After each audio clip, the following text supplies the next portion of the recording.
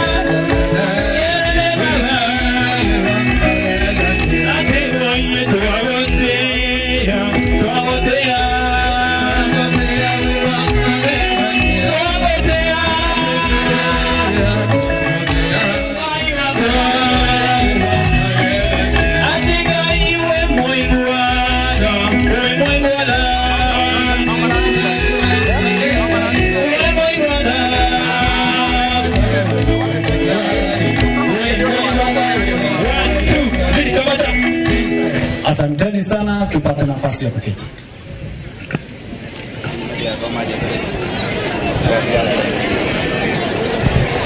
Tukare kahora ara tuikule nikine.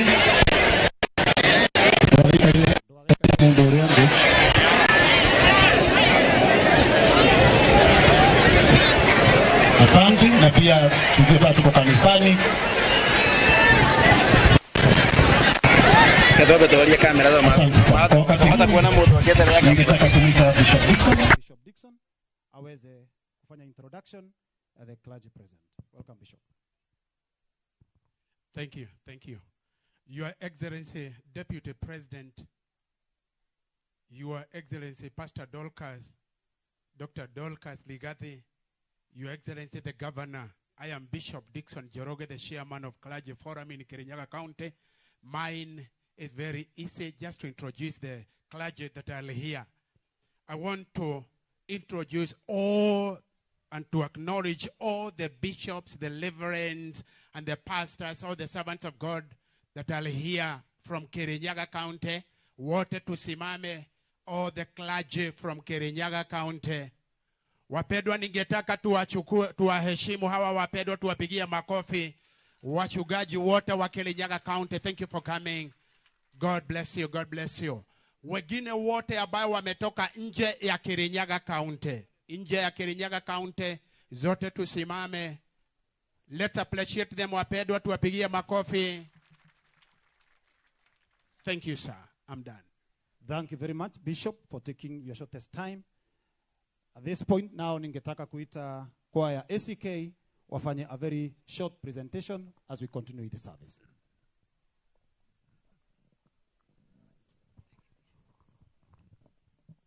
Reria deru makaingera, reria deru makaingera, gaine gwenda gakorwa deha, reria deru makaingera, reria deru makaingera, reria deru makaingera. Gaine gwenda gakorwa deha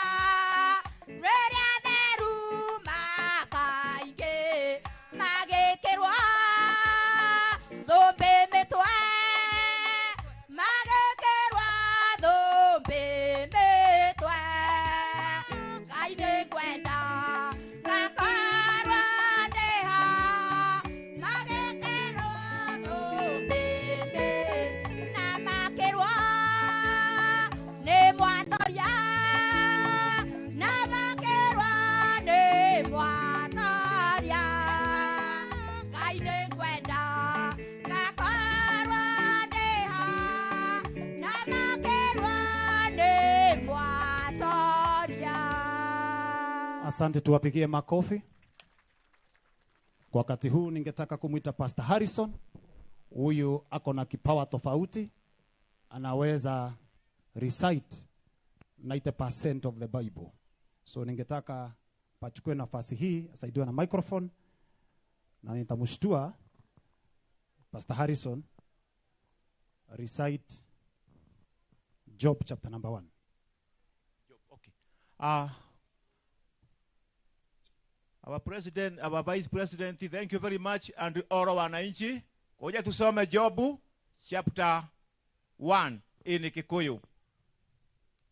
Ni kwari mundu bururi wa Usu etagwo Ayubu, nake mundu ucio ndari na ucuke, ona kurungerera ari murungereru, na ni mundu wetigirite Ngai, na agathemaga maundu mothe maria moru, nake ni aciarĩire ariũ 7 na airĩtu 3, naguo ũhiũ wake warĩ ng'ondu 7,000 na ngamĩra 3,000 na ndegwa cia kũiganĩra macoki 500 na arĩ na ndigiri cia mĩgoma 500. Agakorwo arĩ mũnene gũkĩra andũ othe a mwena wa irathĩro. Na rĩrĩ ariũ ake nĩ mathiaga makagĩa na iruga kwa mũndũ o mũndũ wao mũthenya wake wakinya, na nĩ marekanagia mageta airĩtu acio 3 a ithe wao nĩguo moke marĩe na manyue hamwe nao. Na nĩ gwekaga atĩrĩrĩ, mĩthenya ya maruga macio mao yatũngana-rĩ, Ayubu nĩ gũtũmana atũmanaga akamatheria, agokagĩra rũcinĩ tene, akaruta mahaki ma njino maringaine nao othe. Akauga atĩrĩrĩ, no gũkorwo ariũ akwa mahĩtĩtie makaruma Ngai na ngoro, nowe Ayubu ndagaga gwĩka ũguo. Na gũgĩkinya atĩrĩrĩ,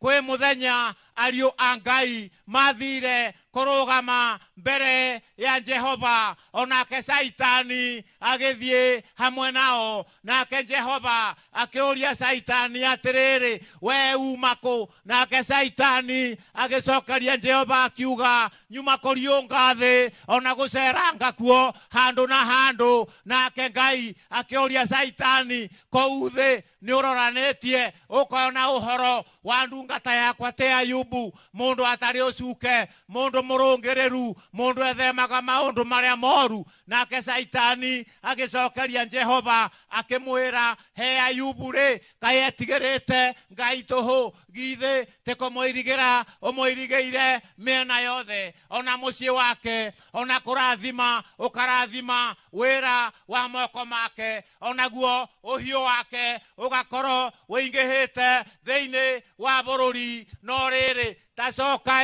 ũtambarũkie guoko gwaku ũhutie indo cia Ayubu, wone ndarĩ ingo ategũkũruma o ũthiũ-inĩ waku. Nake Jehova akĩra Saitani, indo cia Ayubu ndaciga moko-inĩ maku, no we-rĩ menya ũmũtambũrũkĩrie guoko ũmũhutie. Hĩndĩ ĩyo Saitani akiuma hau ũthiũ-inĩ wa Jehova. Na rĩrĩ kwĩ mũthenya ariũ ake na airĩtu ake makorirwo makĩrĩa ona makĩnyua ndibei nyũmba ya ũrĩa mũkũrũ wao. Na gũgĩũka mũkinyia-mbu akiuga atĩrĩrĩ, atĩ acambiani moka maharũka ndegwa maciĩtaha, nacio ndungata-rĩ maciũraga na ũũgĩ wa rũhiũ. No niĩ nyiki ndahonoka, ndoka gũkũretera ũhoro ũcio ona atarĩkĩtie kwaria. Hagĩũka mũndũ ũngĩ akĩra Ayubu, mwaki wa Ngai wagwa umĩte na igũrũ, wacina ng'ondu ona ndungata, wanina buru. No niĩ nyiki ndahonoka, ndoka gũkũretera ũhoro ũcio ona ataninĩte kwaria. Hagĩũka mũndũ ũngĩ akiuga atĩrĩrĩ, akarindei moka meyũmba mbũtũ ithatu matharikira ngamira mataha nacio ndungata ni kuraga moraga na ugi wa ruhiu no nie nyiki ndahonoka ndoka gukuretera uhoro ucio na taninite kwaria hagiuka mundu ungi akiuga atiriri ariu aku na iretu aku ni kuria mekuriaga makinyuaga ndibei nyumba ya uria mukuru wao na guoka ruhuho runene muno rumite weru-ini rwagutha ituri cio inya cia nyumba iyo mekuriagira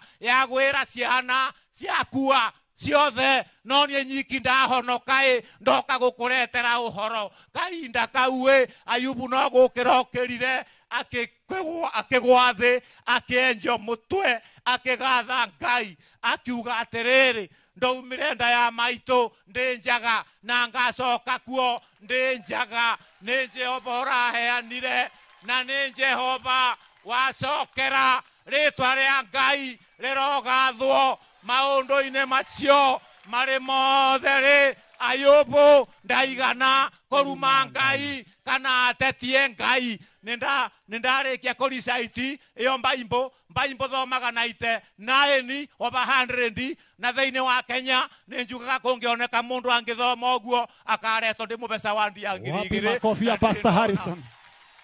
Thank you very much. Najua wengi wetu tunajua John 11:35 na Yesu akirira huyo amesema 22 verses of Job chapter number 1. Wapi makofi ya huyo mchungaji tena?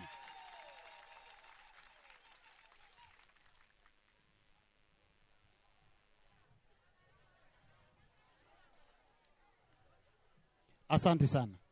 Kwa wakati huu ningetaka tukiendelea na ratiba yetu ya ibada tutaweza kutoa sadaka zetu sababu muda wetu umeoma sana, na tukitoa sadaka najua kuna wale ushers ambao tumepanga waweze kuchukua sadaka, na tukiendelea na ibada kwaya ya Kadrek Kadrek Action itakuwa ikitupa nyimbo ndio tuweze kutoa sadaka zetu.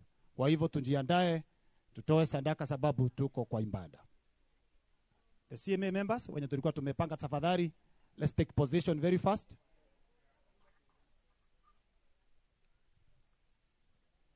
Very fast. We'll be guided.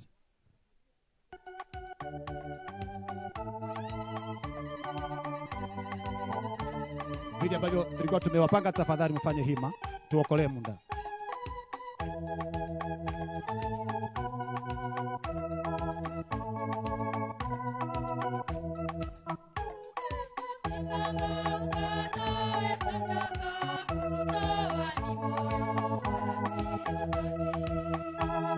Tutoe sadaka zetu tafadhali.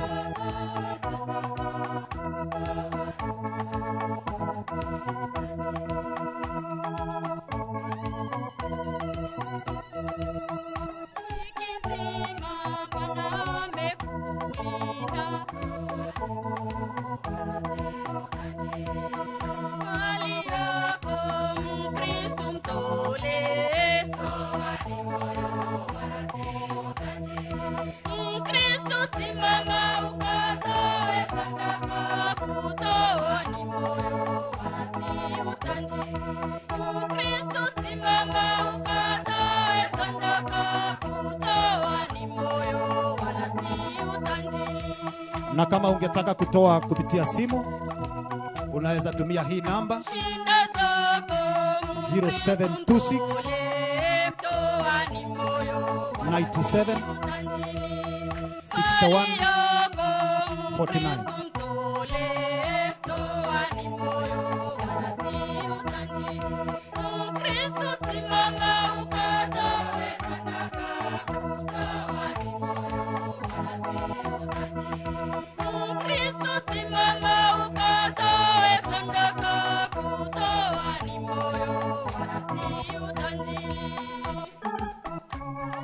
Kama ungetaka kutoa na simu 0726 976 149. Teresia.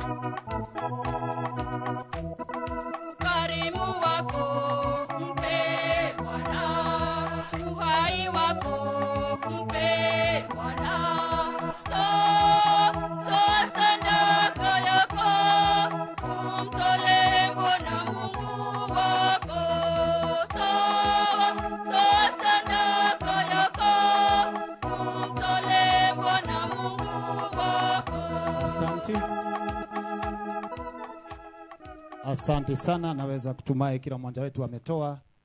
Tuketi. Waya tuketi. Asante sana. Kwa wakati huu ningetaka kumuita Father wa Njohi ambaye ataweza kutupa neno. Wale ambao bado wanatoa sadaka, tafadhali tukishatoa tutaweka mahali ambapo tulikuwa tumeagizwa. Welcome Father wa Njohi.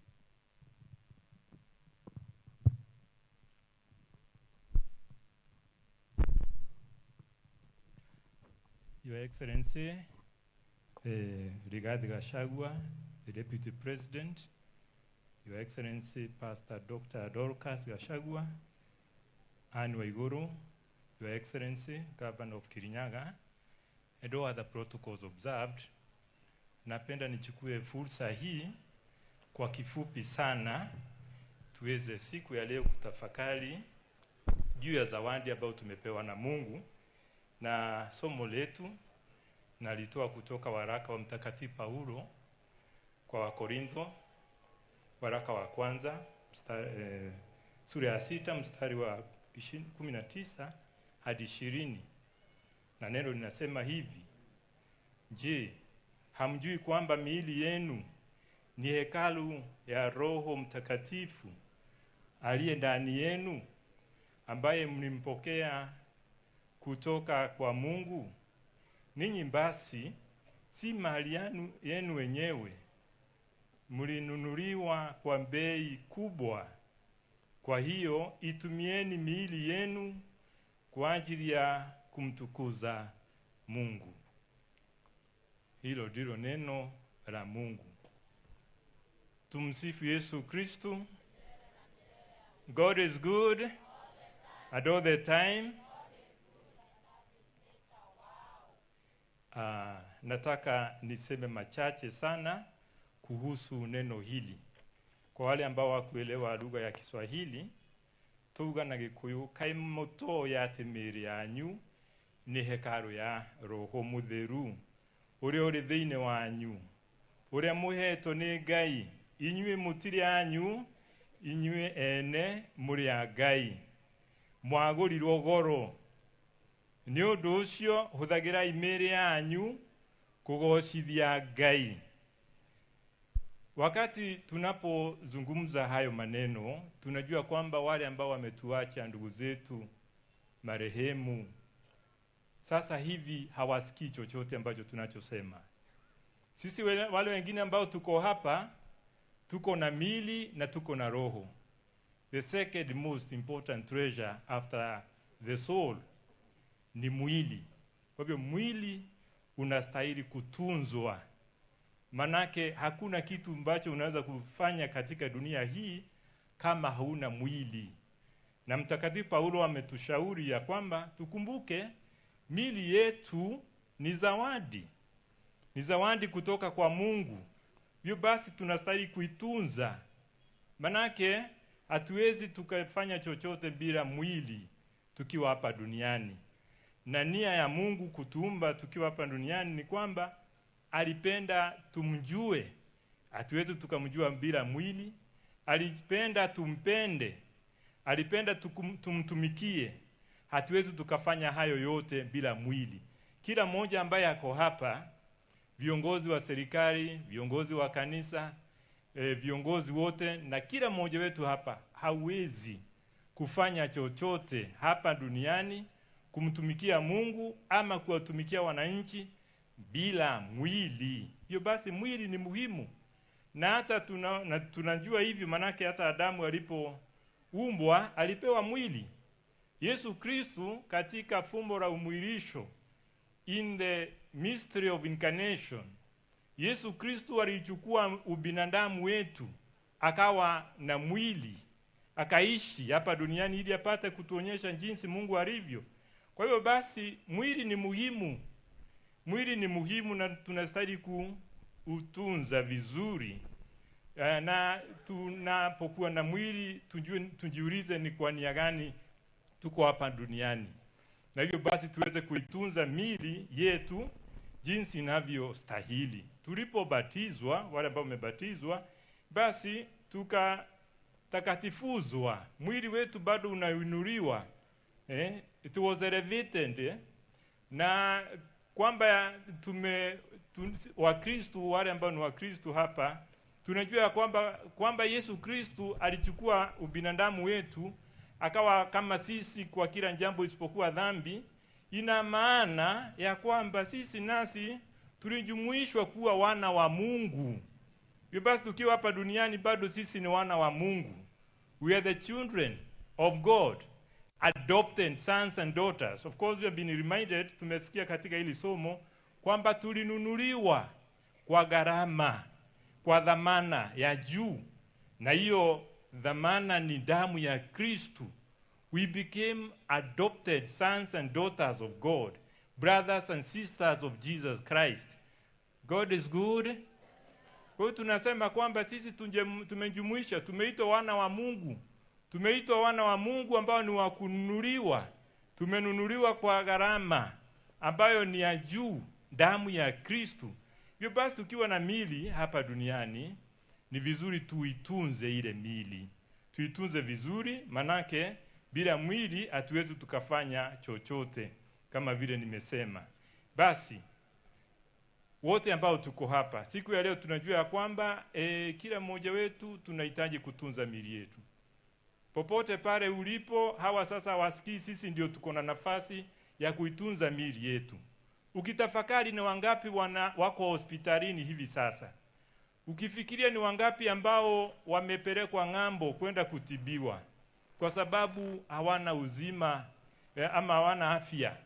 Ni kwa sababu wangelipenda kuendelea kuhifadhi roho zao katika mili yetu. Hivyo basi wakati mwili umeshindwa kuhifadhi, manake umezabaratika kwa sababu ya magonjwa ama mambo mengine yote, roho inaondoka, tunabaki na mwili.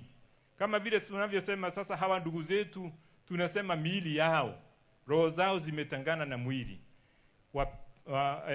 Wananchi wote, Wakristo wote na wote tulio hapa, tutunze miili yetu kwa njia inayofaa. Tunaiharibu wakati mwingine. Katika urolojia mara nyingi tunapoenda katika mazishi, kuna uzoefu wa kusema wakati lini marehemu alianza kusumbuliwa na mwili. Ng'ania ni aberia guthenio ni mwiri. Ithuĩ nĩ tũthĩnagia mĩĩrĩ. Ng'ania ni aberia guthenio ni mwiri mwaka wa. Ithuĩ nĩ tũthĩnagia mĩĩrĩ. Wakati tunapatia miili yetu madawa ya kulevya, wakati tunaipa miili yetu bangi, wakati tunaipeleka katika uasherati, si ni kusumbua mwili?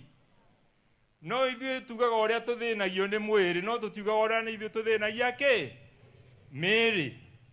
Kwa hivyo ni vizuri kila mmoja wetu siku ya leo njiulize ninautunza namna gani, manake ni zawadi tumepewa na Mungu na tunastahili kuitunza vizuri. Tusipofanya hivyo ile zawadi itachukuliwa. Ikiachana na roho basi kunapatikana kifo. Wenzetu, hivi sasa nisiwe mmoja kuharibu hekalu la Bwana. Yule ambaye mmeketi naye ukumbuke hiyo ni hekalu ya Bwana. Yule ambaye mmepakana naye nyumbani ni hekalu la Bwana. Wewe mwenyewe usijaribu hekalu, usiharibu hekalu yako wewe mwenyewe, manake tumesikia we even don't belong to ourselves. We don't belong to ourselves. We belong to God. And the Holy Spirit dwells in us. Hiyo basi wa Kristo na wote ambao tuko hapa tutunze zawadi ambayo tumepewa na Mungu. Let us take care of the treasure that we have. The treasure that is our bodies. Our bodies are important. As much as the souls are important, our bodies are also important. We can never serve God or even serve any other person without really having our bodies. Kwa hivyo mundu wothe wigu kwageria muno amenyerere mwiri wake na mwiri umenyagirio na njira ya kuheo kiria kiagirire. Na muthure Paulo ni arenda guturirikania uguo agakirikirie na kuga atiriri kumithie Ngai na mĩĩrĩ itu. God is good. Ero cio muriganitie kumithia Ngai na mwĩrĩ waku. Kumithia Ngai na mwĩrĩ waku, because kinu giatumire Ngai atuite nige atumbe nigetha tumukumithie na mĩĩrĩ itu. Tutakapoenda kwake tutasema tumemtukuza kwa njia gani katika hali yetu ya binadamu. Basi na kwa sababu tumeweza kuharibu miili yetu wakati mwingine tumeweza kuharibu miili ya watu wengine. Tugathukia miili ya andũ arĩa angĩ na njĩra ĩmwe kana ĩrĩa ĩngĩ. Ũmũthĩ nĩ mweke mwega wa gwĩcokera na kũria Ngai atũteithie na atũteithie mũno kũririkana atĩ nĩ atũmbire na gĩtũmi, na koguo tũtigĩre twahingia gĩtũmi kĩu. Koguo nĩ ngwenda kũrĩkĩria na njuge atĩrĩrĩ andũ aitũ, rekei ũndũ ũyũ hanĩkĩte thĩinĩ wa Kirinyaga ka Ngai ũtuĩke gĩthomo harĩ ithuĩ. Ati tungia kumenyerera mĩĩrĩ itũ rĩ, tũtingĩikara gũkũ thĩ rĩngĩ tondũ tũtarĩ na mĩĩrĩ mĩega. Mwĩrĩ ũtarĩ mwega ndũngĩhota gũthiĩ na mbere na kũiga roho wa Ngai thĩinĩ witũ, no igũtigana. Koguo tũthome, let us learn. Mũnduga ati Kenyans we forget very fast. God is reminding us today that we belong to him. We belong to God. And our bodies are the temples of the Holy Spirit. Let us always try as much as possible to preserve ourselves for the purpose for which he created us. Ngai atũrathime mũno na tũgithie kumagaria endwa aitũ. Turirikane rĩu nĩo acio matirĩ na mweke ũngĩ wa kũigua atĩ ũhoro wa kũmenyerera mĩĩrĩ. Ithuĩ nĩ ithuĩ twĩ na mweke ũcio wa kũmĩmenyerera. Ũngĩtarania ũhoro wa andũ arĩa ona arĩa meũragaga rĩ, ũcoke ũtaranie ũhoro wa mũndũ uria wi thibitarĩ urageria survive, uretherwo viungo vya mwili, aretherwo ngoro kiria higo, uria ungi aretherwo kiria kingi nigetha ature ri. Let us really always remember that we belong to God. I know majority of us will always say we are stressed. Sasa ungikorwo wi stressed ni ukunina stress na njira njohi. Ungitiga macuru haha ri uge no athie kunywa tondu hena macuru ri wari ukundu kumakora. Koguo eherie macuru tie kuga uguthie kunywa ndu ona wariganirwo ndunanina kire kiratuma unywe. But also aria nao marathukia mĩĩrĩ andũ arĩa angĩ mamenyage Ngai arĩ oho tondu nĩ Ngai waheanire mĩĩrĩ. Mwathani atũrathime na atũteithie kumenyerera ũtũro wa gũkũ thĩ nĩ mũkuhĩ mũno na Ngai atũrathime. And finally kamũico biũ ngiuge andũ aitũ aciari orotha ya arĩa makuĩte, majority of them are parents, even 72 years, 76 years. You know, the youngest is 39, the others are 40, 50, 60. Aciari oniai ciana njĩra ya kũmenyerera mĩĩrĩ yao. Tumsifu Yesu Kristo. God is good and all the time. Asante.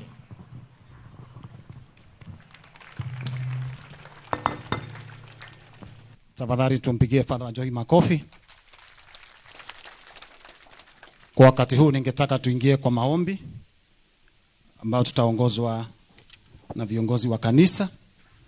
Tutakuwa na Bishop Kamau ambaye ataweza kuombea community, akifuatwa na Bishop Moffat Kiriomba ambaye ataombea the nation, na pia tuweze kupata Apostle Dr. Francis Wanderi aombee kanisa. Baadaye nitawaelekeza vile ambavyo tutafanya.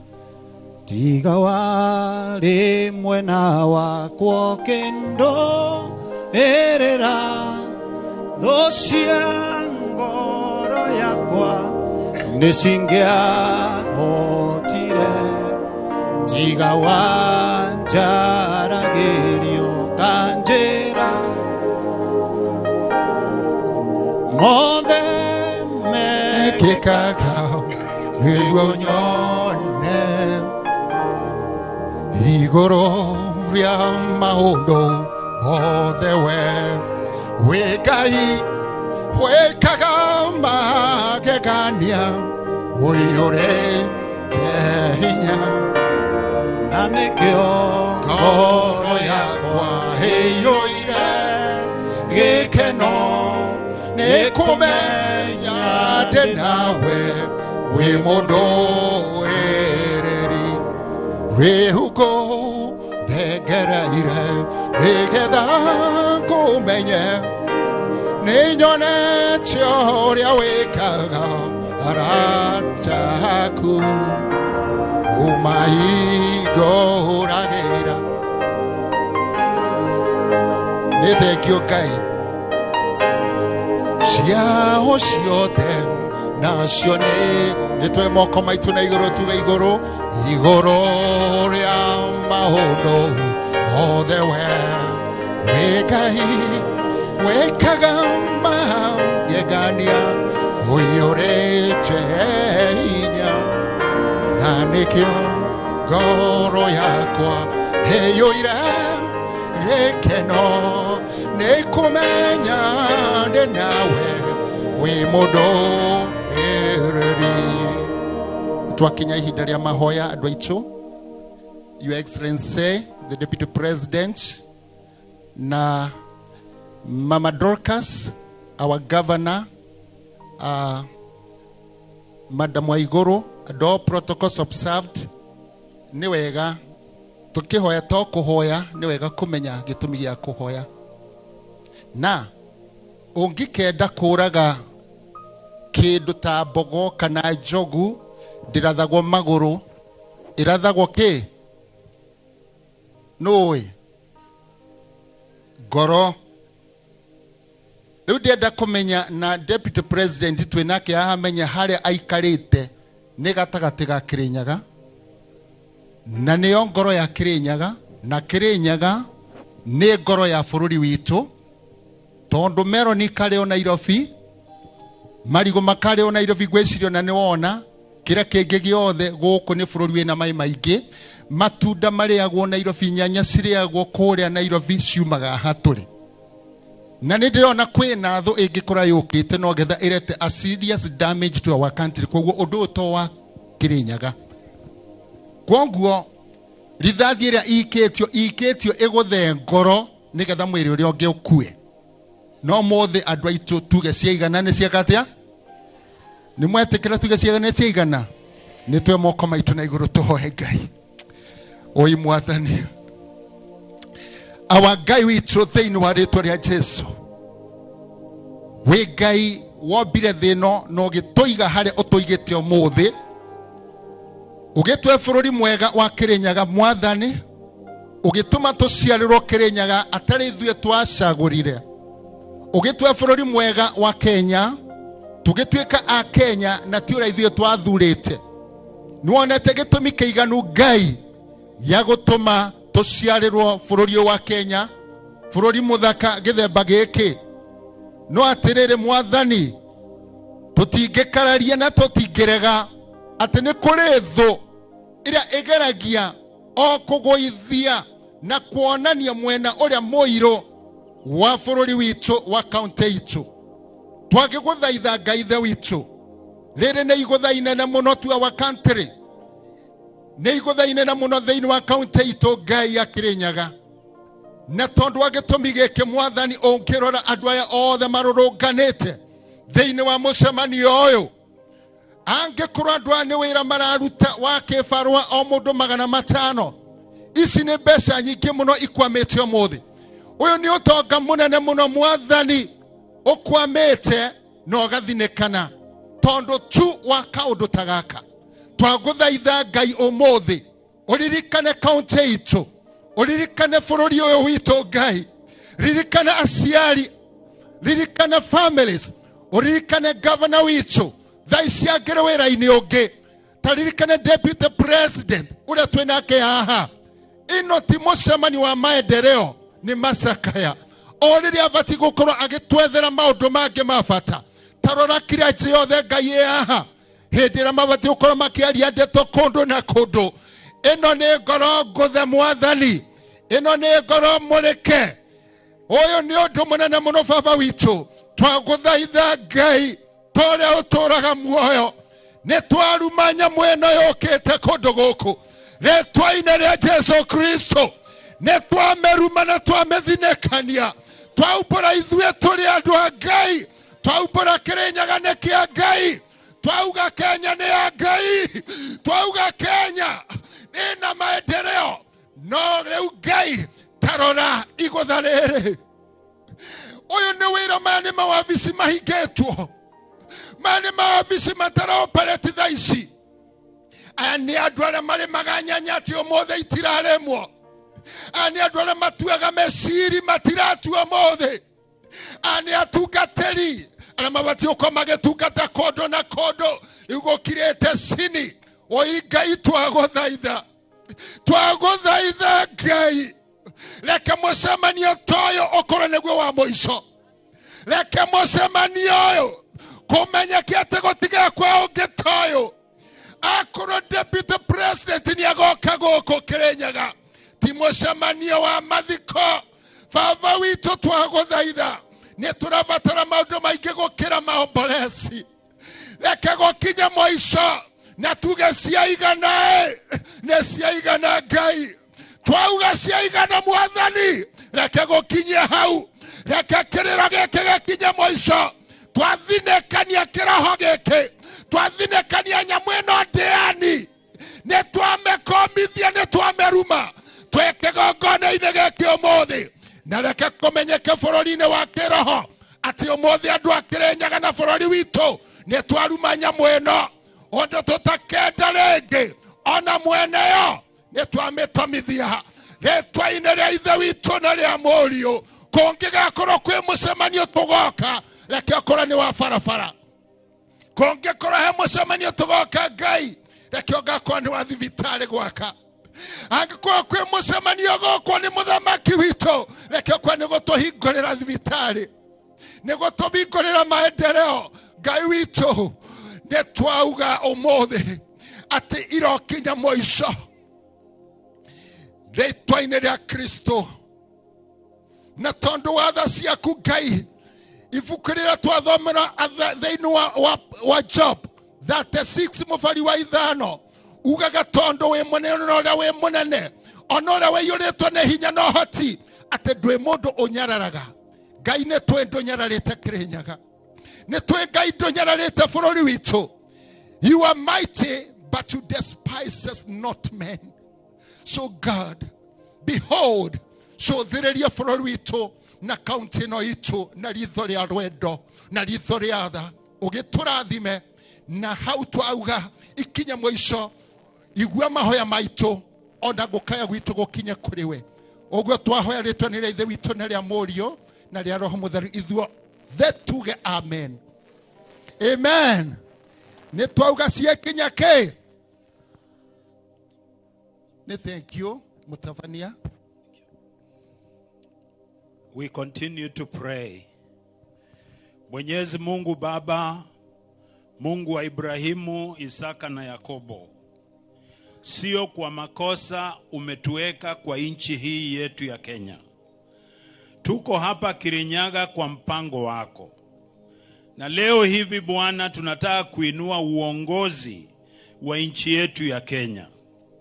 His Excellency the President, the Deputy President who is present with us here today, and the spouse of the Deputy President. God our Father, we thank you for the governor who is here today. These are people who are representing the government of this county and the government of the nation of Kenya. Kenya today we are mourning. Kenya today we are crying. We have lost innocent people whose life has been cut short. These, Father, are men and women who would have added value in their families and in the nations, but they are no more. We pray, Heavenly Father, that you will give our leaders wisdom. You will give them knowledge and insight so that they are able to make right decisions that will bring peace, justice, and exalt righteousness in our country. God, our Father, we come against all men and women who come with cunning tricks to bring death in our nation, to bring confusion in our land.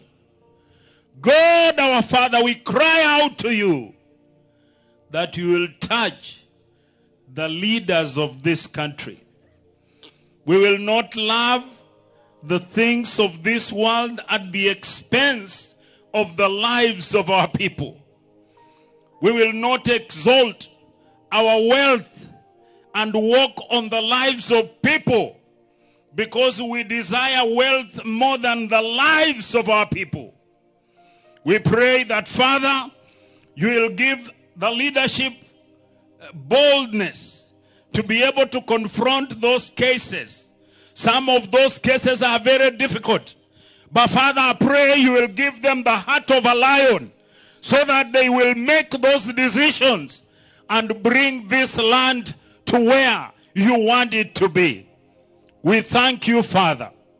Tunatoa shukrani kubwa Baba, kwa sababu serikali iliyopo tuliomba ndio ikaingia. Na hii serikali ni ya watu wanaopenda maombi, ni ya watu wanaomcha Mungu. Tunaomba leo Bwana uwapatie hekima, maarifa na pia uwapatie ujasiri waweze kufanya maamuzi ambao yatainua nchi yetu juu zaidi. Hatutashuhudia maafa kama haya leo kwa sababu kuna mtu alizembea kazi yake. Hatutashuhudia maafa kama haya kwa sababu kuna mtu aliangalia upande huo mwingine. Bwana, fungua macho ya viongozi. Bwana, fungua masikio ya viongozi. Bwana, tumia viongozi wetu kuinua hii nchi yetu ya Kenya katika viwango vya juu, na hii nchi yetu itasherekewa na nchi zingine za ulimwengu kwa sababu ya vile utafanya mambo ya ajabu katika hii nchi yetu ya Kenya. Tunaombea sasa viongozi na tunaombea nchi yetu ya Kenya, na tunaamini ya kwamba Mungu umesikia maombi yetu na umesikia kilio chetu katika jina la Yesu Kristo Mwokozi wetu. Amen.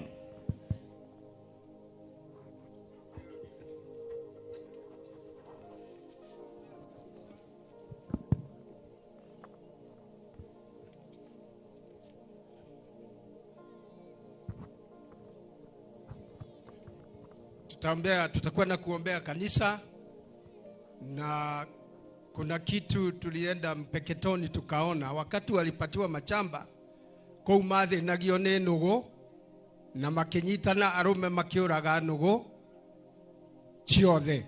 Koguo ta kanitha ni tukwenda tumenye thu itu tunyitane turegane nayo.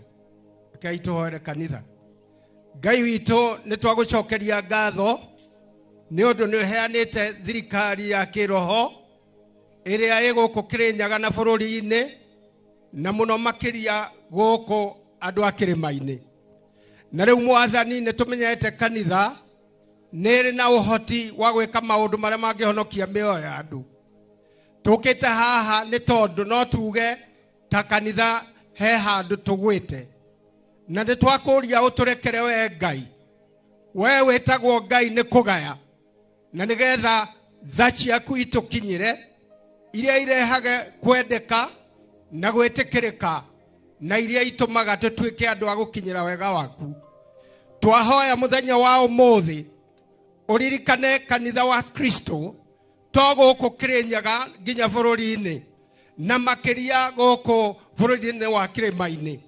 Maroho mothe ma nduma marĩa marekereirio nĩgetha magithie kanitha hinya na magithie andũ hinya, ũrĩu, ũthĩni, kwĩyagĩra kĩene, nĩ tuoka kũmaruma mũthenya wa ũmũthĩ thĩinĩ wa rĩĩtwa rĩa Jesũ. We nĩ ũtũhete hinya wa kũruma na kũrathima.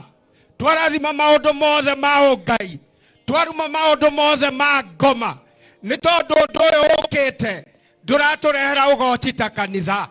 Tũiguĩre tha na ũtũrekere Mwathani. Nĩ ũtũhete hinya wa kũhunjia ona kũgarũra mĩoyo rĩrĩa andũ me muoyo. Na rĩu tondũ nĩ tũhetwo rũtha tũhunjagĩria andũ arĩa me muoyo, Ngai witũ ũrohe kanitha ũũgĩ na ũhoti na ũtonga nĩgetha tũhote gũkinyĩra mĩoyo ĩtanakua. Ngai nĩ ugĩte thĩinĩ wa mbuku ya Lawi 18 atĩ andũ mangĩkaregenyũka thĩ nĩĩkamatahĩka. Na nĩguo tũrona mũthenya wa ũmũthĩ andũ matahĩkĩtwo nĩ thĩ ya Kirinyaga. Nĩ twarega andũ gũkua matakinyĩtie mĩaka yao. Na kanitha nĩ twahoya atĩrĩrĩ, tũrotuĩka cumbĩ, tũrotuĩka ta tawa, tũteithie Ngai, tũhe tha, tũiguĩre tha na ũtugi waku na wendo waku na thayũ waku. Maũndũ maya watuĩka nĩ tũkũrũgamĩrĩra na nĩ tũkũruta wĩra ũrĩa wagĩrĩire.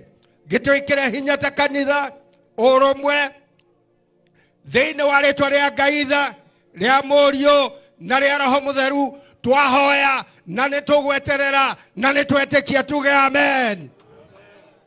Amen. Thank you very much. Kwa wakati huu ningetaka sasa tumwite Her Excellency Pastor Dr. Dorcas Rigathi aweze kuombea the affected families. Leo ngũthengereire nĩgetha ngũmenye nĩnyonete ũrĩa wĩkaga arata aku ũmahithũragĩria gĩthoma kũmenye njiaro cia ciothe nacio nĩ ndathime. Kei tũhoe. Saitani okaga kũiya, kũraga na kwananga. Our Father in heaven, Saitani niokite akaiya thayũ wa family ici. Niokite akoraga mĩoyo ya manyina na maithe, ariũ ona arĩ a nyina. Muthamaki mwene hinya wothe niokite akananga nginya mbeca iria ciagĩrĩirwo gũkorwo igĩtwarwo ũhoro wa ũkũria. Mũthenya wa ũmũthĩ twarũgama thĩinĩ wa Kirinyaga, o ũrĩa tũrarũgamire mũthenya ũngĩ ta kanitha na thirikari, twetana kũrĩ Ngai wa maithe maitũ, Ngai witũ ũrĩa ũtwendete na ũrĩa tũĩ na ũrĩa tũiguagĩra tha. Mũthamaki nĩ twakũria, we wonaga hitho-inĩ ya ngoro citũ na meciria. Mũthamaki ona maithori marĩa mena family ici. Mũthamaki nĩ twakũria ũmagirie maithori, ũcoke ũtũme Roho waku mũthingu Mwathani akorwo akũmagarũra meciria mao. Arĩa mangĩenda kũingĩra thĩinĩ wa thĩna-inĩ toyo nĩ twakũria Mũthamaki mwene hinya wothe, Oigere thĩinĩ wao na family ciao ũmahonokie. Ũcoke ũmahe thayũ waku Ngai ũrĩa ũtonekaga thĩinĩ wa thĩ ĩno. Nĩtũrakũhoya Jehova Ngai tondũ ĩno mĩrĩ ĩkomete haha Mwathani. Ici ti nyamũ cia gĩthaka Jehova. Ũyũ nĩ nyina wa mũndũ, ũyũ nĩ ithe wa mũndũ, ũyũ nĩ mũrũ wa nyina na mũndũ Jehova. Na mũndũ araikarire ũguo Jehova arabanga aroraga. Kumagia na ũmũthĩ twarũgama. Twahoera ku family ici na nyingĩ Mwathani. Iria ona tũtoĩ nĩ arĩkũ makuĩte na matinarehwo haha. Mwathani nĩ twakũria ũtuohere mehia maitũ maingĩ. Ta thirikari ona kanitha na itũra. Arĩa marunete Mwathani mĩanangĩko ĩno na tũgakira. Mũthamaki tuohere. Ũcoke ũtũhe thayũ Mwathani thĩinĩ wa bũrũri na makĩria gĩtarũ gĩkĩ kĩa Mount Kenya. Nĩtwakũria Jehova mũndũ wothe ũbangaga mĩbango mĩũru igũrũ wa ciana, igũrũ wa athuri na atumia na airĩtu na anake. Reke guoko gwaku kũrĩa kwĩ hinya Mwathani gũtuĩke wa kũdeal nake. Our Father in heaven, our hearts are downcast. Our pain is too much. We do not know exactly what words we can speak to be able to express the sadness, the pain, the struggle that we have gone through, Jehovah, because somebody, somewhere, a group of people, companies have decided to kill and to steal the joy of the families and even to destroy the economy of a country. For this is a great potential that lies before us, O God. We pray from this day that the heavens you have favor upon us. We pray that Jehovah God, the church that you raised, O Jehovah God, in this season and this time, it shall rise up, O God, to stop further, O God, actions of this manner in the name of Jesus. We pray that our communities, O Jehovah Father, we will also stop this in the name of Jesus. And we pray that because, Father, we can bind and unbind, O Jehovah. We bind this spirit of drunkenness, O Jehovah, in the families in the name of Jesus. We bind every spirit, O Jehovah Father, of drunkenness, O Jehovah God, in the country. And we pray soberness, O God, so that there will be no more families that are going to be in this pain, O God, and we will spend our money in the right places. Our Lord and our God, we are thankful. As they go to bury their loved ones, oh God, we pray for their journeys to be blessed of you. And we pray angelic presence every place they will go to bury. For we pray this in Jesus' name with thanksgiving.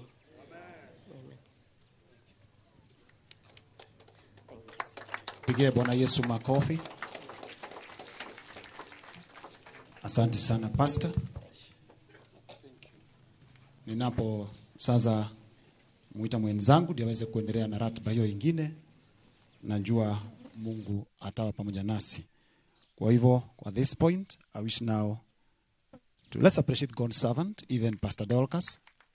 Tumpigie makofi tafadhali. Thank you so very much, Your Excellency, even for partnering with the church and even for fighting for the destinies of our people. At this point now, I wish to step down. My name is Kalbat Jero, CC Trade, Kirinyaga County. Welcome, Pastor Alex. Asanteni sana. Tupongeze kanisa kwa makofi jameni kwa ibada hiyo ya mazishi. Naibu wa Rais wa Jamhuri ya Kenya, Mheshimiwa Rigathi Gachagua, mke wa Naibu wa Rais, Mheshimiwa Mchungaji Daktari Dorcas Rigathi, Waziri wa Ardhi, Kazi za Umma, Manyumba na Maendeleo ya Miji, Mheshimiwa Alice Wahome, Katibu katika Baraza la Mawaziri Masi Wanjao, makatibu wakuu wa idara za serikali ya kitaifa waliopo, familia, jamaa na marafiki za wale wote waliotutangulia kwa haki, gavana wa jimbo hili la Kirinyaga na mwenyekiti wa baraza la mawaziri, baraza la magavana Mheshimiwa Anne Waiguru, waheshimiwa wajumbe wa bunge la kitaifa na bunge la seneti, waheshimiwa wawakilishi wadi mbalimbali wakiongozwa na spika wa bunge la jimbo Mheshimiwa Moteti Moremi, maafisa waandamizi wa ngazi za juu katika serikali ya kitaifa na serikali ya jimbo, viongozi wote wa kidini kutoka madhehebu mbalimbali na kwa ujumla wao, waombolezaji wote, wananchi, mabibi na mabwana. Mheshimiwa Naibu wa Rais, naomba unikubalie kwa heshima na taadhima kubwa nimwalike mbunge wa eneo hili la Mwea, Mheshimiwa Mary Mainge, atuongoze kwa ratiba iliyosalia. Tumpigie makofi Mheshimiwa Mary Mainge anapokuja. Atakuwa na jukumu la kutujulisha viongozi MCS, wajumbe walioko wa bunge la kitaifa na bunge la seneti, na kisha atamwalika Mheshimiwa Gavana tuweze kuendelea na ratiba. Karibu sana.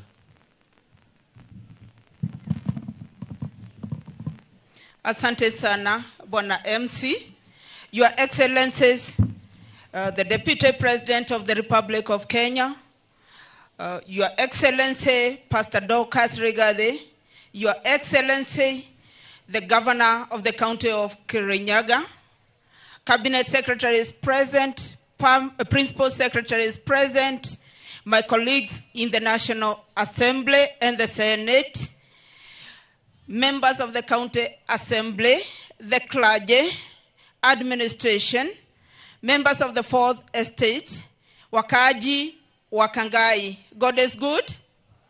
And all that time, nataka nichukue funza hii nimuite speaker wa national wa county government akuje atabue watu wa County Assembly. Karibu sana, Mr. Speaker.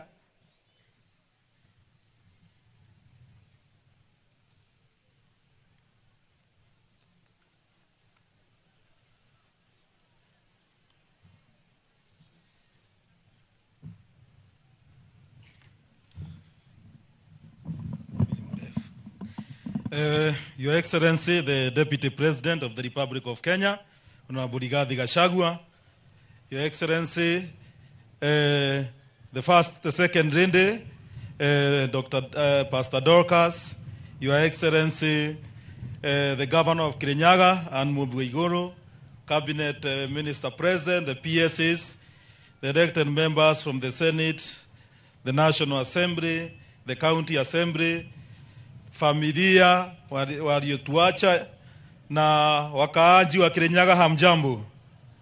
God is good and all the time. Kabla ninene, with your permission, Your Excellency, allow me to introduce the members of the County Assembly present. Dakika moja, tusimame tafadhali, with the exception of Mheshimiwa Wambu and Mheshimiwa Jamumo. Hapo tuko na Mheshimiwa Makimi kutoka Kaleti, pigie makofi. Tuko na Mheshimiwa Wakaembe Caroline kutoka Karumande. Tuko na Mheshimiwa CNN kutoka Molidoko. Tuko na Mheshimiwa Bosco Geshangi nominated. Tuko na Mheshimiwa Waziri kutoka Kanyekine. Tuko na Mheshimiwa Timothy Sandy kutoka Jokeine. Tuko na Mheshimiwa Bogo kutoka Kambare. Tuko na Mheshimiwa Frederick Maina kutoka Inooro. Tuko na Mheshimiwa Beatrice Mitaro nominated. Tuko na Mheshimiwa Mathenge kutoka Baragwe.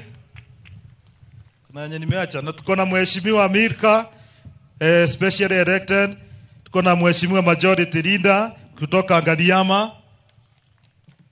Na with your permission, Mheshimiwa Jamumo, Mheshimiwa Wambu na Jamumo, dakika moja moja mkuje mpeane your message of condolence ndio tuweze kuendelea.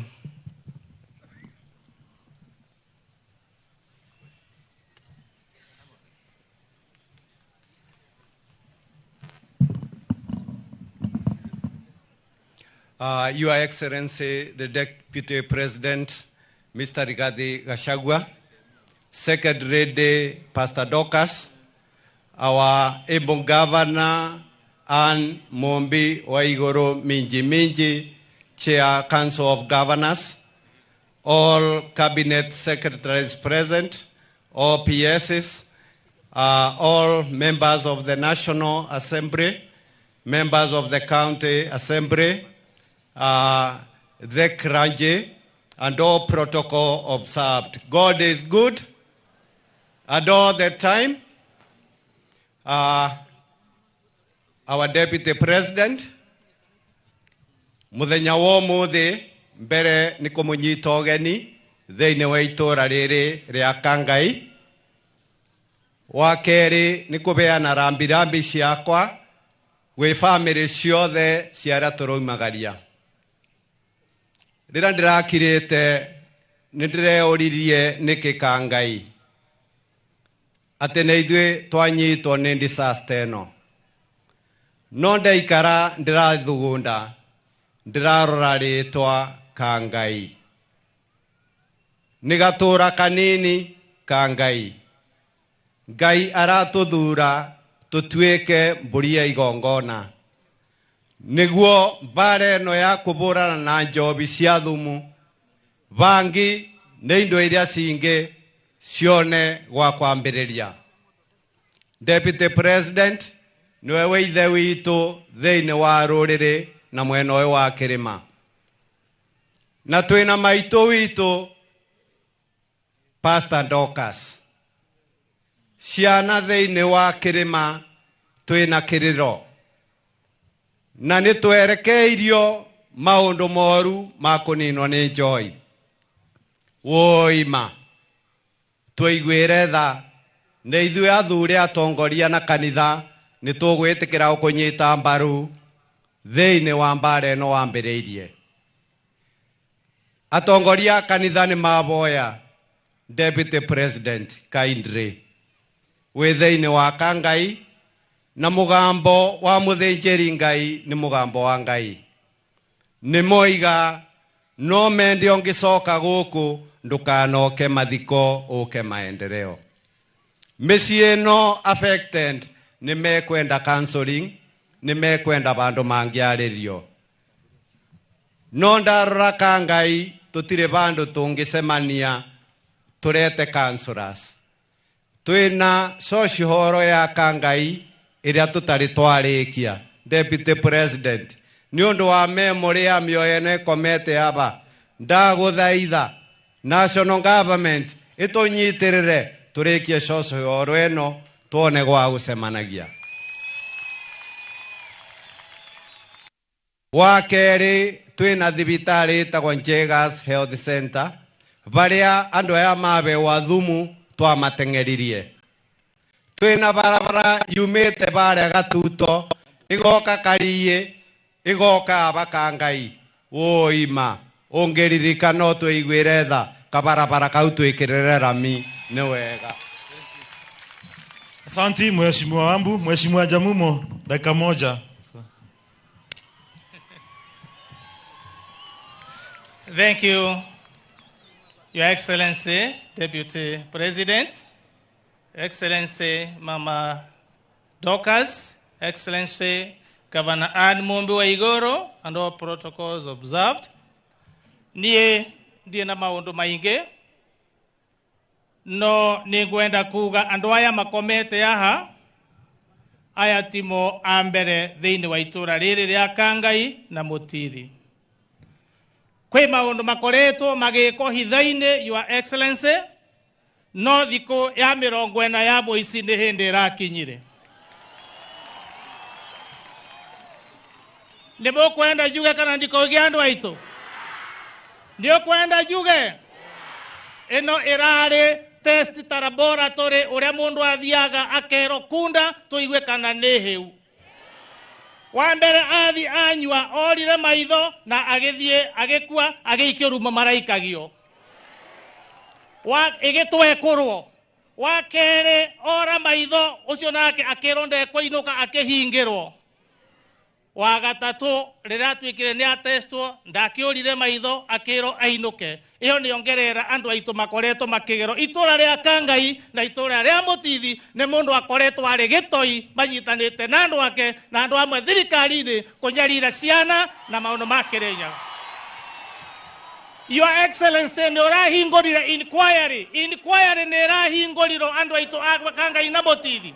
wona twatuika twero tutware ripoti ya kuga ure guothe gukoretwo gugithie ndamwira tafadhali mumere tondu ngerwira tugeretwo Kirinyaga na guku Mwea gwitu nene itangioneka tigeno murona haha ria mwisho Your Excellency turari na CSKD kijana na aroiga irabu ciothe kuria ihingwo Kangai tutikuga kuria Mutithi tutikuga Kangai turoiga irabu cia Mutithi na Kangai ciothe ihingwo na gutikae kirabu giko iguru God bless you, God bless you. Asanti Mheshimiwa Jamumo na Mheshimiwa Wambu. Yangu ni machache Your Excellency. Ya kwanza ni kukushukuru for the various intervention na usaidizi matupatia kutoka hii mambo ifanyike. Na ngoenda kumwira andu a Kirinyaga, the fight against illicit alcohol has just started. Hawa watu hawana nafasi hapa Kirinyaga. Na mimi nawaomba tushirikiane. Wale wakora walikuwa wanasaidiana wao kuku kwa serikali, Deputy President amewaondoa hapa Kirinyaga. Na wale wamekuja wajue Kirinyaga is now business as usual. Hatutakubali wakora wawili watatu walete bombe ya kuharibu watoto wetu. Nitoko nyitanira. Rodoge nyenda kumwira kuria bunge Your Excellency watho nitoko etukiwa murito muno kwa maundu ma Njohi. Na njorie the executive na national government. Your Excellency, Tono in charge of the chairperson of all independent government body. Kumba mswada ilikuwa pale bunge ya kutaka tuweze kulipa village elders. Lakini County Government Act Section 6 inapea sisi kuestablish the office of the village elder, village council na village administrators. Hawa watu wakiweza kuwa empowered, tutaweza kupigana na hii mambo ya pombe. Kwa hivyo mimi maombi yangu ya Excellency, ukiona miji anapigana pale, tuongezewe pesa ya equitable allocation. Tafadhali tuongezee hiyo pesa, tuweze kuimplement hii mambo iko kati ya our County Government Act of 2012. Na ngweshiria tweka ogu maure mekwagira. Mimi watu wa Kirinyaga, we are not going to fold our arms. We are going to work until we deliver our people from the slavery of illicit alcohol. Nafikisha hapo niwaambie Mungu ambariki and the condolences to the family. Thank you very much.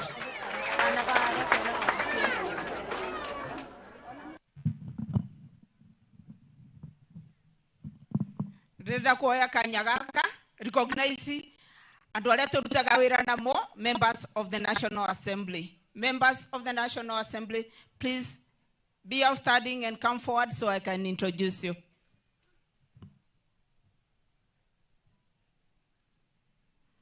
MPs, chap.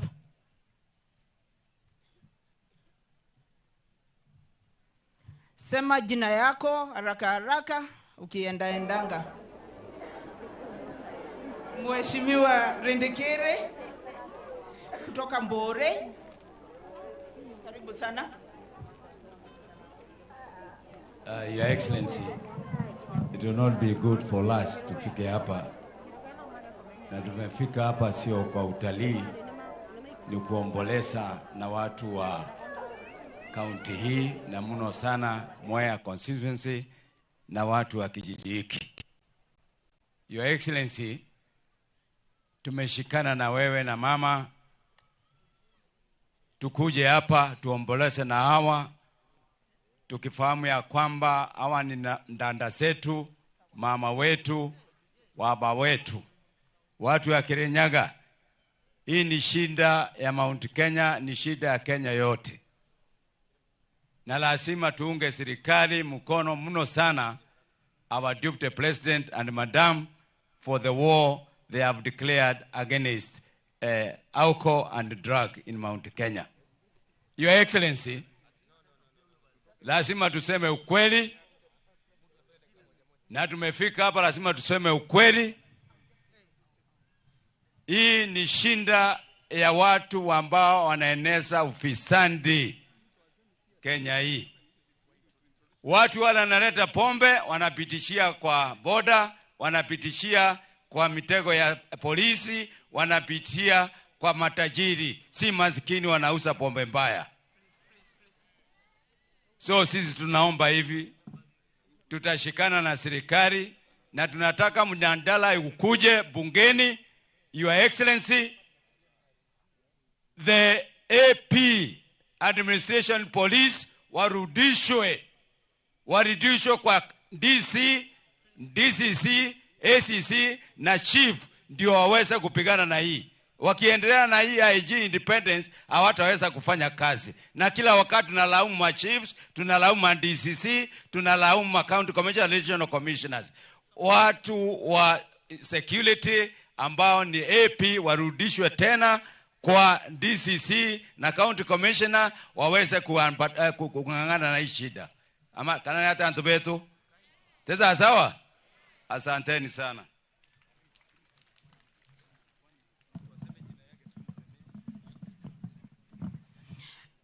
Tumekubaliana itakuwa dakika moja. Hata sio dakika moja, mtu anasema jina yake na anaketi chini. Mheshimiwa Kailemia, tafadhali dakika moja isiishe. Bwana Yesu asifiwe. Andũ ba Kirinyaga bweba bega. Jina langu ni Elizabeth Karambu Kailemia, mama county wa Meru, na mimi naleta rambirambi zangu kutoka watu wa Meru na on my own behalf. Kwa hivyo naambia pole sana kwa wale wamekufiwa. Asante. Asante sana Mheshimiwa Kailemia. Mheshimiwa Muthoni, karibu sana.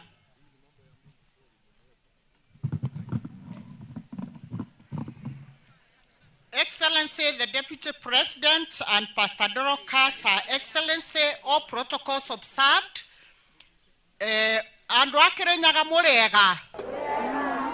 We've come here in honor of the departed souls. And I want to bring my personal condolences and the condolences of all the mothers.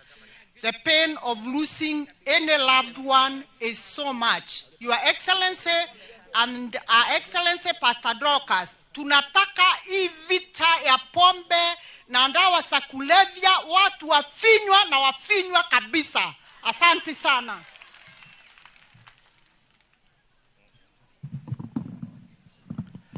Asante. Kwanza kabisa ni shukurani kwa Mungu. Mimi naitwa Moses Kirima na ni pastor na ni chancellor wa kanisa linaitwa AIPCA. Natoka Meru Central. Na leo ndo itojokete guku tondu ni tutigi ni aciari airetu athuri ona nginya hanake. Andũ a Kirinyaga ni moe. Kirinyaga ni rũrĩrĩ rwaumire Meru, rukiuma Embu, rukiuma Nyeri, rukiuma Murang'a.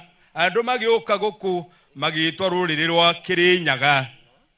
Na rĩu rĩrĩ tondu ni macakaya ri na ni tureciria muno tondu ni twikitwo huru muno ri na ni tuhete ngoma kahinda ri ni kahinda ga gukemea ngoma tuge shaitani yako atia shaitani yako atia Deputy President ni tugukunyita baru twitule andu aku na tuli thutha waku tondu gukunikiriro na maundu mayorona haha ri te Kirinyaga haiki kinya Meru mekuo Murang'a mekuo Kikuyu guothe gwekuo na Murima guothe gwekuo riu ri tutongorie tuonora tugwika maundu maya tondu riri ni kuninwo turaninwo andu aitu ni kuninwo maraninwo na ni ginya tuicirie ura tugwika tucoke hara twari roje rucoke ki tigwai na thayo Ngai amurathime.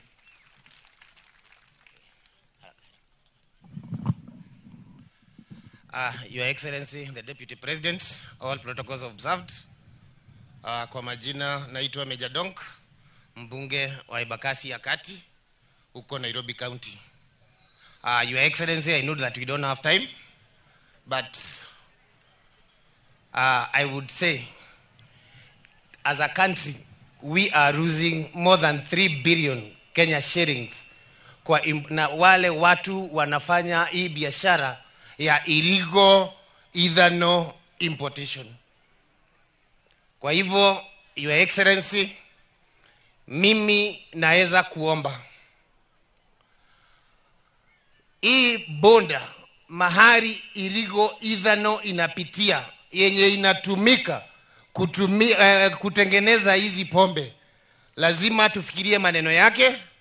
And again, the licenses zenye zimepeanwa kwa wale watu wa import ethanol, mimi Your Excellency na kuomba zikuwe cancelled, then we form a committee ndio to vet wale watu watakuwa wanaleta hii ethanol yenye inafanya tukuje hapa siku ya leo kwa matanga. Your Excellency, kama vile MCA amesema, hii ni kidogo tu, mengi hayakuangi reported. Mimi kama mjumbe wa Nairobi, naomba ile siku mtakuja kuosha hii Nairobi River, zile mili mtatoa kwa hiyo Nairobi River, wale youth wetu wamekufia kwa hizo bar, wakatupwa huko kwa hiyo mto, na mutashangaa. Kwa hivyo, Your Excellency, the region of Mount Kenya, vijana wetu, wamama wetu, watoto wetu wanaumia, familia mingi zinalia. Let's take action. We know wewe ni mtu wa kusema na kutenda, na tunajua hauogopi. Na kwa sababu hawa watu wenye wako na hii maneno ya ethanol, I know ni cartel na iko na nguvu, na I know wengi wetu hatuna hiyo nguvu yenye uko nayo, yenye utaweza kutumia kutufugia hizo biashara. Asanteni sana, pole watu wa Kirinyaga, Mungu awabariki na azidi kuwatenda mema. Asanteni.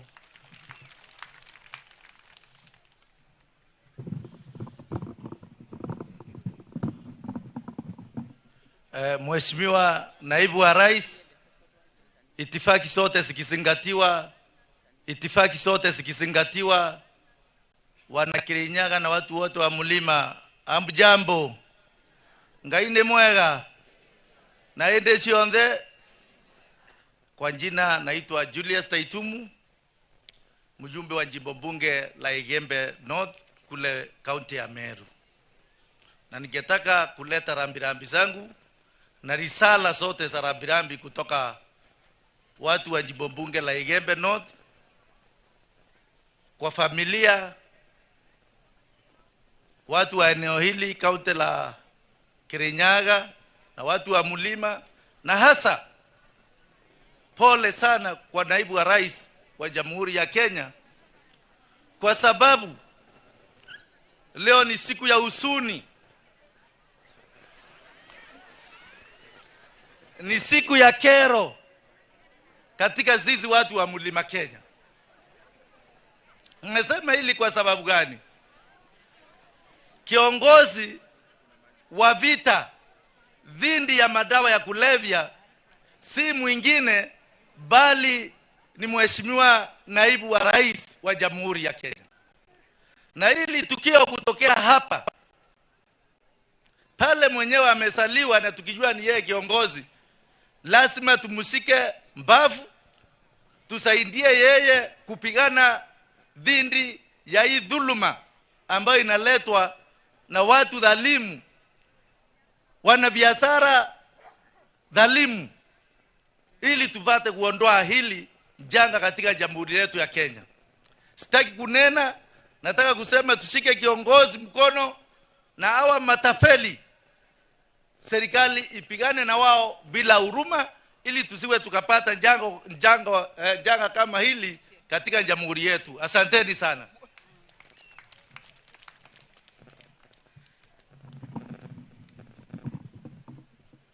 Watu wa Kirinyaga hamjambo. Tumekuja kwa wingi kushikilia mheshimiwa rafiki yetu Mary Mainge, na pia kuleta His Excellency the Deputy President, na pia Mama Boys Her Excellency Daktari Pastor Dorcas Rigathi. Your Excellency, mimi nitasema mawili tu. Niseme hii janga ya pombe imetufanyia mingi.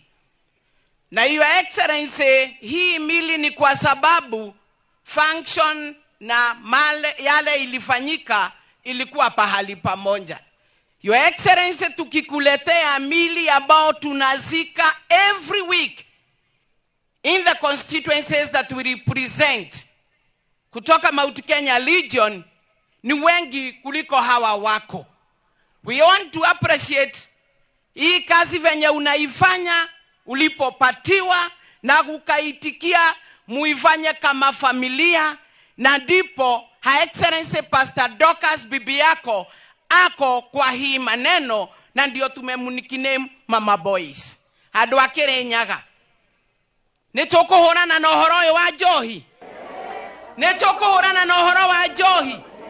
Aya matikarĩte haha nĩ ũndũ wa road accident, matikarĩte haha nĩ ũndũ wa janga ya mwaki, matikarĩte haha nĩ ũndũ wa janga ya floods. Mane maũndũ tũngĩgirĩrĩria.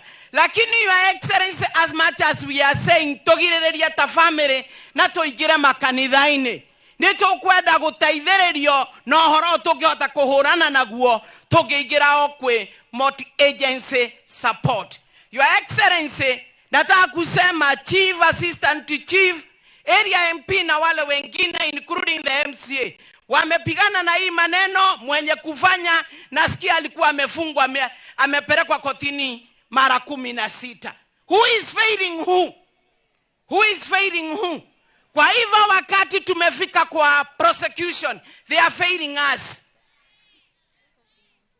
Wakati wa prosecution tukipeleka kotini, we are being failed totally. Tukifika kwa National Police Service, athigari ni maratufero just kwa sababu wanakula hongo. Wacha tuseme ukweli.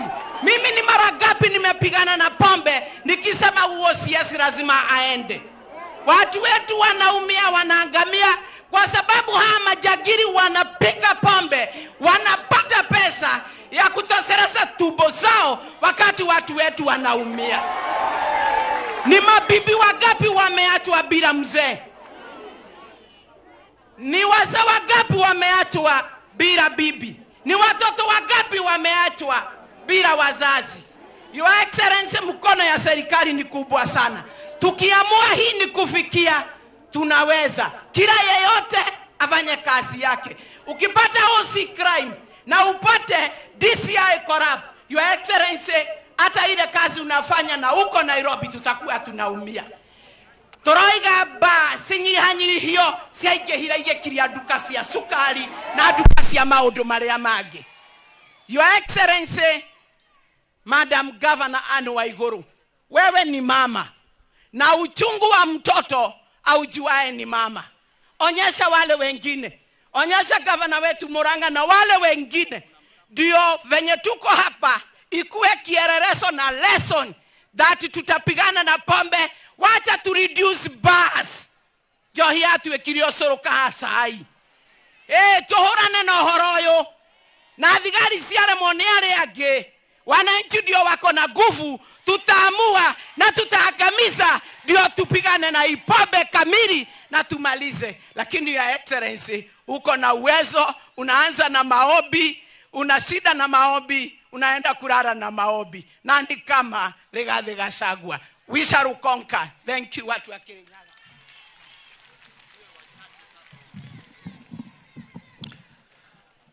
Asante sana, Your Excellency, the Deputy President of the Republic of Kenya, Your Excellency, Pastor Dr. Dorcas Rigathi. Nikizingatia itifaki zote, mimi naitwa Mushangi Karemba, mbunge wa hapa Runyenjes. Your Excellency, I speak with a very heavy heart. My heart is pained by the loss of these 17 people wa hapa Kirinyaga. Na unajua si kawaida Mukurino kuongea kama amekasirika. Mimi roho yangu haina furaha kamwe. Kwa sababu hawa watu hawajakufa kwa ajali ya ndege. hawajakufa kwa ajali ya meli. Hawa wamekufa kwa pombe. And Your Excellency, I want to say that this indeed is an international embarrassment.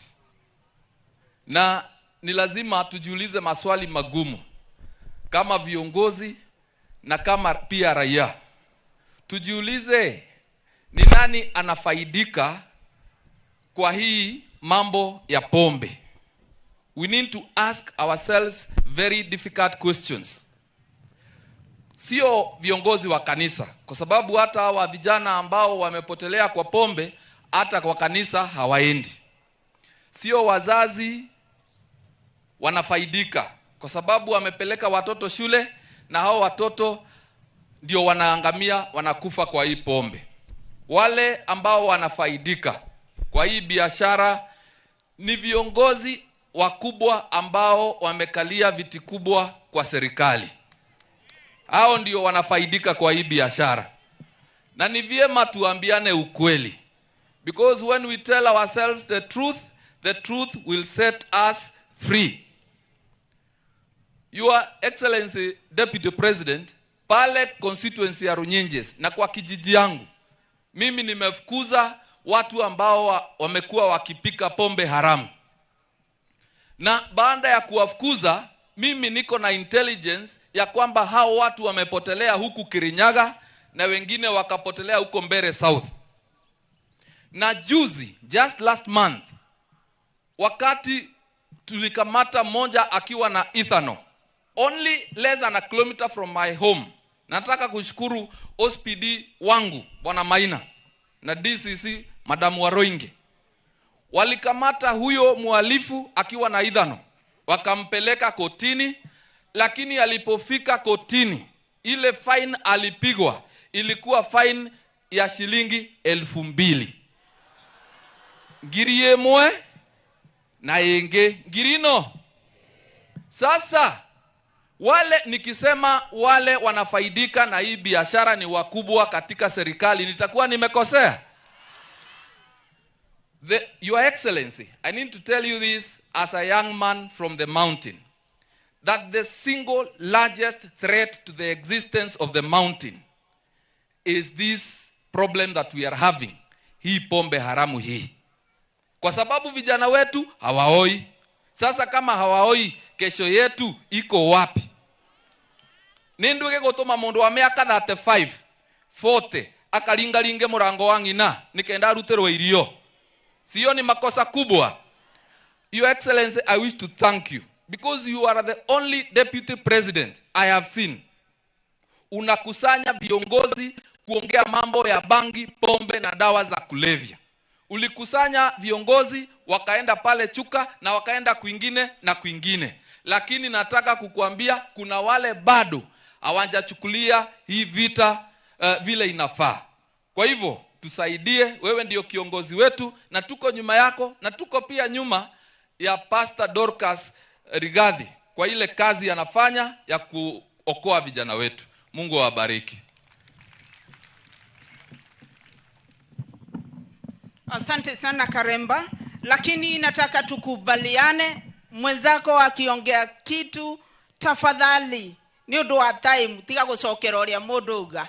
Reke riu twarerio ni ajumbe aria mathuritwo Kirinyaga, no mbere ya mathuritwo ni ndenda ku recognize presence ya Dennis Itumbe.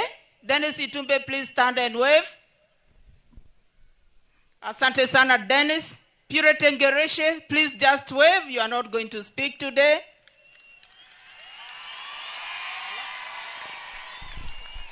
Wacha nimpatie microphone mjumbe wa Kirinyaga Central, Mheshimiwa Gitare Gashoki.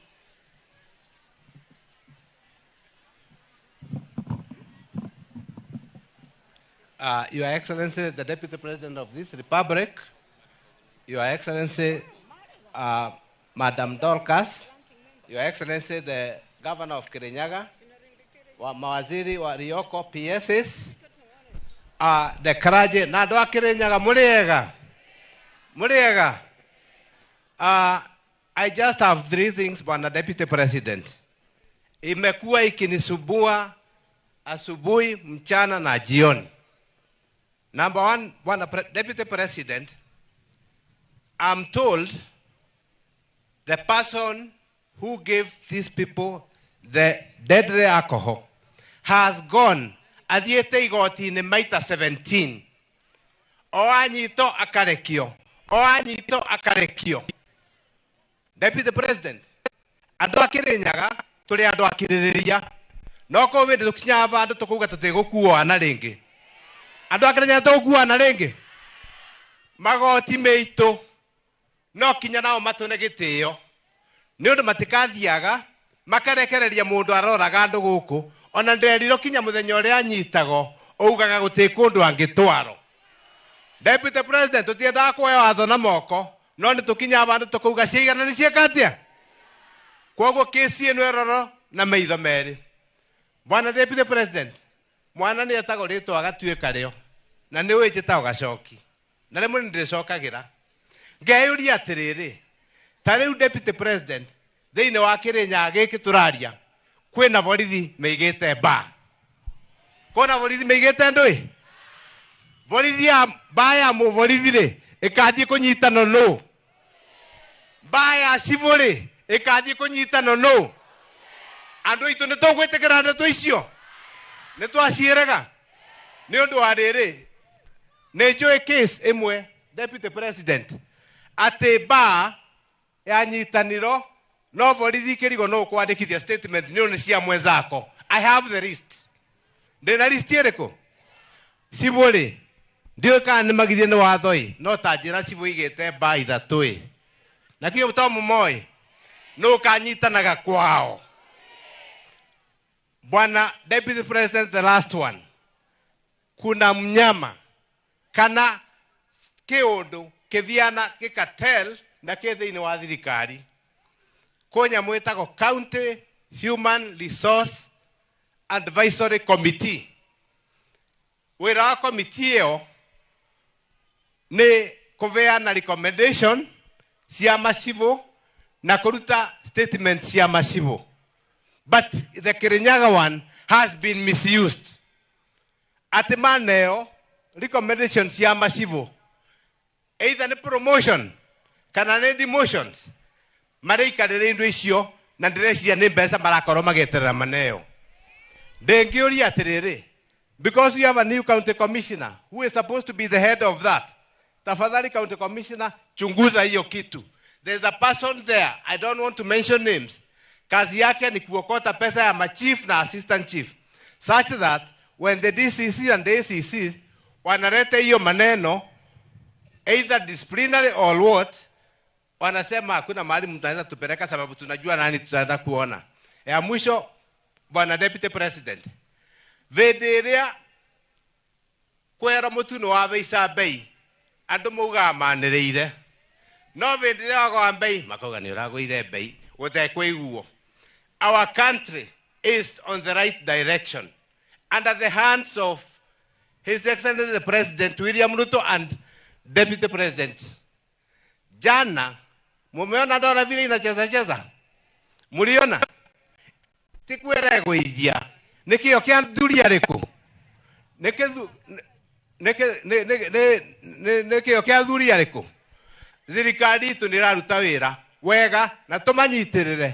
Na ngĩrĩkia, ngoria atĩrĩrĩ, ithuothe mũndũ wathurire president na deputy president kana Kenya Kwanza government, no tamũthurire ona andũ Azimio, twĩ ngari-inĩ ĩrĩkũ? No ũthiĩ ũkĩvoyagĩra ngari ĩrĩa ũingĩrĩte gwe?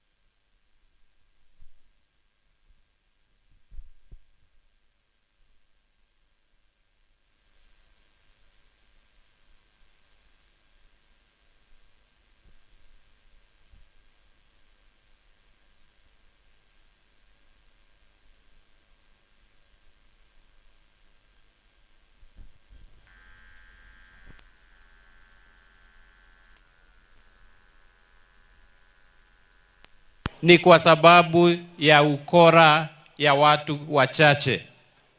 Tunataka kulaani hii kitendo na tuombe ya kwamba hii kitu haitafanyika tena. Biblia inasema kwa Romans 12:15, we rejoice with those who rejoice and we mourn with those who mourn. Andũ akagai tuoka gũcakayana inyuĩ, na niĩ ndĩ mũjumbe wa Handia, ndĩ neighbor wanyu, na Mũgĩkũyũ ugaga mũriganio nĩ ũrĩkĩ? Nĩ ũrĩtha. Ndoka kũnyitanĩra na inyuĩ, na nĩ njũĩ nĩ ndĩratũmĩte UMCA nĩ ũndũ wa kũnyitĩrĩra famĩlĩ ici, na nĩ tũgũteithania na itũra rĩa Kangai na MCA nĩgetha famĩlĩ icio tunyitĩrĩirwo nĩ His Excellency the Deputy President magie na kuhorera ngoro ciao na mathiĩ na mbere na mĩtũrĩre yao. Your Excellency, ndikwenda kwaria mũno, no nĩ ngwenda kuga kaũndũ kamwe tu. Twĩyaha kĩrĩma-inĩ ũrarĩha mũthenya ũngĩ last week, na ũkĩte tondũ nĩ ũrenda hĩndĩ ĩrĩa ũrarĩrĩria andũ aitũ na hĩndĩ ĩrĩa ũrarũa na thĩna ta ũyũ ũgakorwo na sauti ya njega, ũgakorwo wĩna ũrũme na ũgakorwo na ũcamba, na ndũngĩhota kũrũa na mbara ici ciĩ mbere itũ teno ĩyaha tũtakũnyitĩrĩire wega wĩ mũtongoria witũ wa kĩrĩma-inĩ na ũgĩsupport President William Ruto. Gwenda andũ a Kirinyaga twĩtĩkĩre na kauli ĩmwe. His Excellency rĩrĩa oire Bible thutha wa President na akiuga na akĩhĩta na akĩheo gĩtĩ kĩa Deputy President, mũthenya ũcio watuĩkire mũnini wa bũrũri wa Kenya na ũgĩtuĩka mũtongoria witũ wa kĩrĩma-inĩ.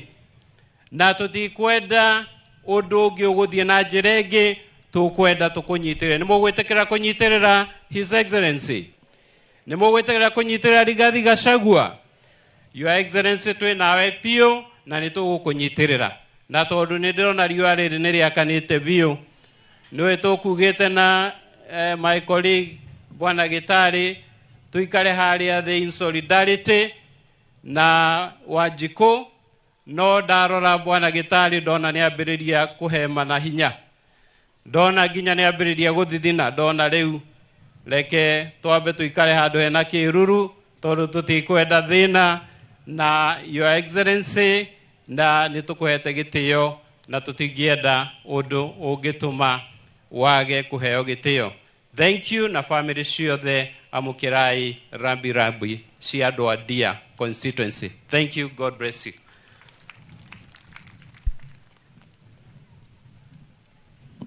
Asante sana Mheshimiwa JK. Sasa tutapata our women rep Honorable Jane Maina tuambie maneno yake akisalimia watu wa Mwea.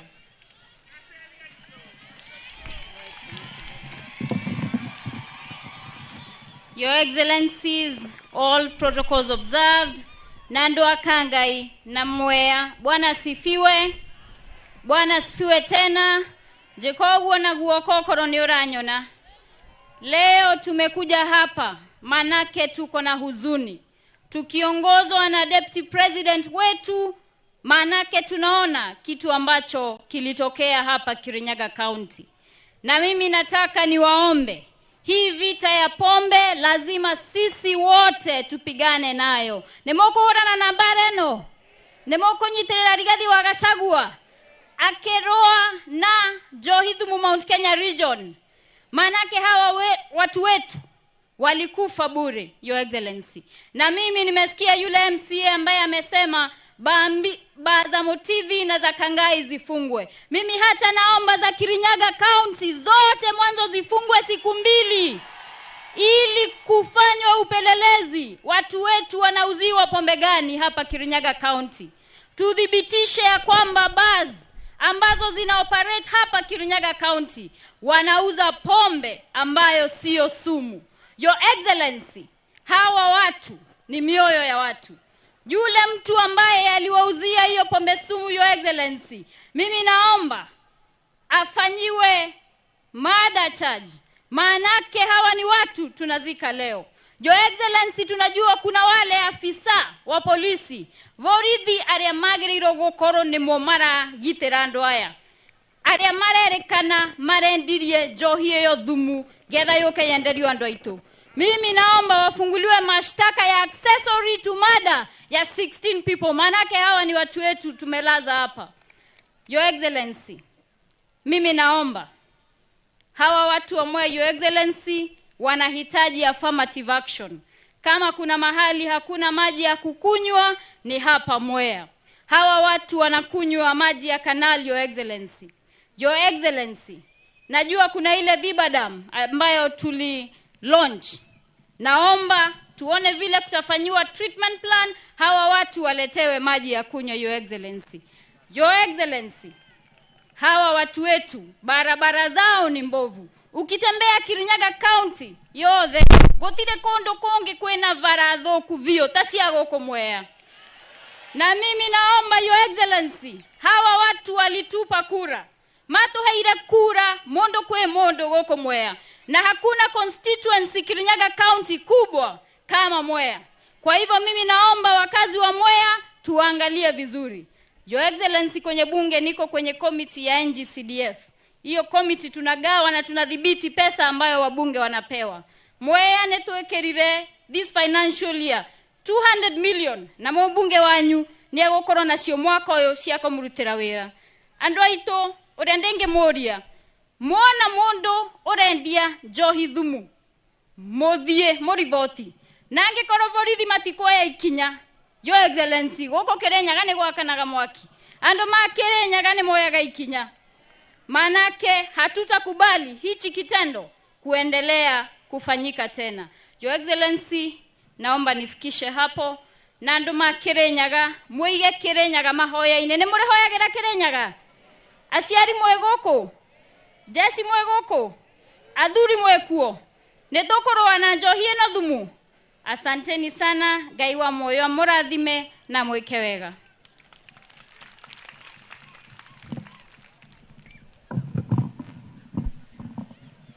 Asante sana, Women Rep.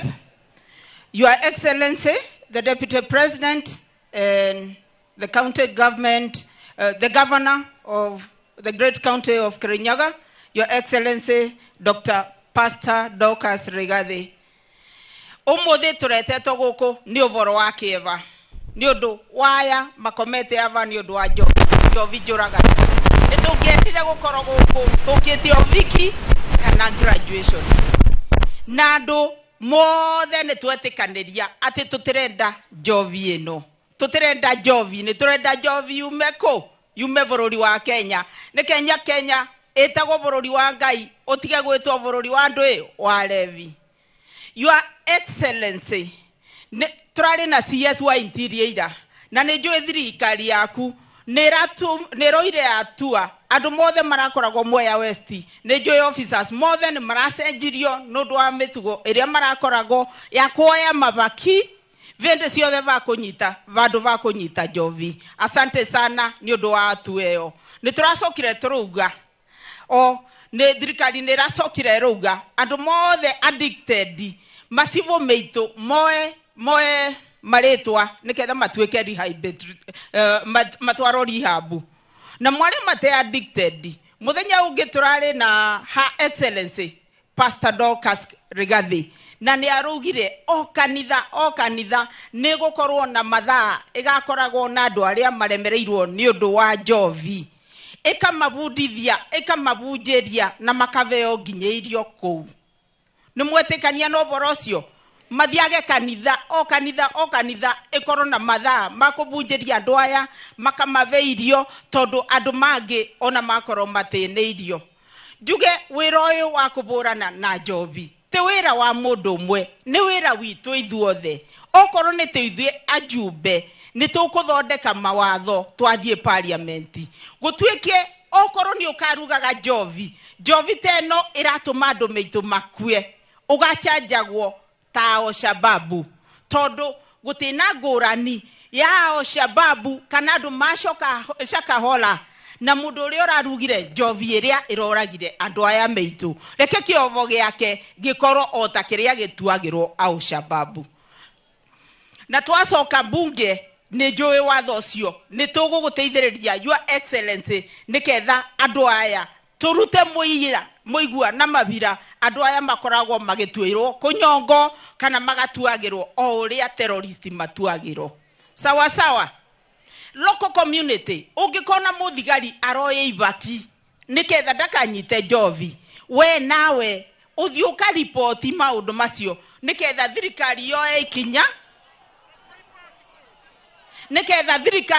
ikinya tucoke tukorwo tukinyita andu acio tumoere watho uria wagereirwo ni gwikate ni kuoyo judiciary namo wona twarete wona masira maretwo igoti-ini rekei mutige kuvaina andu 2,000 3,000 5,000 aria angi mukimarekagiriria ta mundu uria aroragire andu aya aranyititwo maita 16.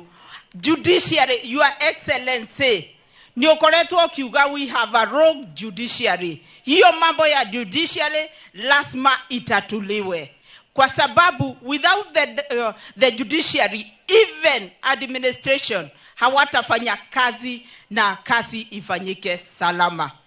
Joke juge leke mioyo ya duaya makomete ava etueke neo thande irie kururumura uroi wa njovi vururi uyu wothe na guti mundu ungi agakua ni undu wa njovi vururi wa Kenya na vururi uyu ugetagwo vururi wa Ngai utigucoka gwitwo vururi wa Levi na tondu ni njui andu maka Ngai mwetereire basari sindio basari cianyu ni ciroka kuma next week na vende no ginya andu ma form 1 ni mekugia na basari na ginya andu aria mathomagira na kuria gatuto na kuria constituencies ingita Kirinyaga Central Nadia na kundu kungi ona mo video no tukumabe basari joke tuge tuna ICT hub ekadogu nitukambingura ebakube kureka na nitukumvingura oro riu iseikuve dena thitima ndirarete guku o mwaka uyu Kangai thitima ciakwa ciothe ndicionoreirie Kangai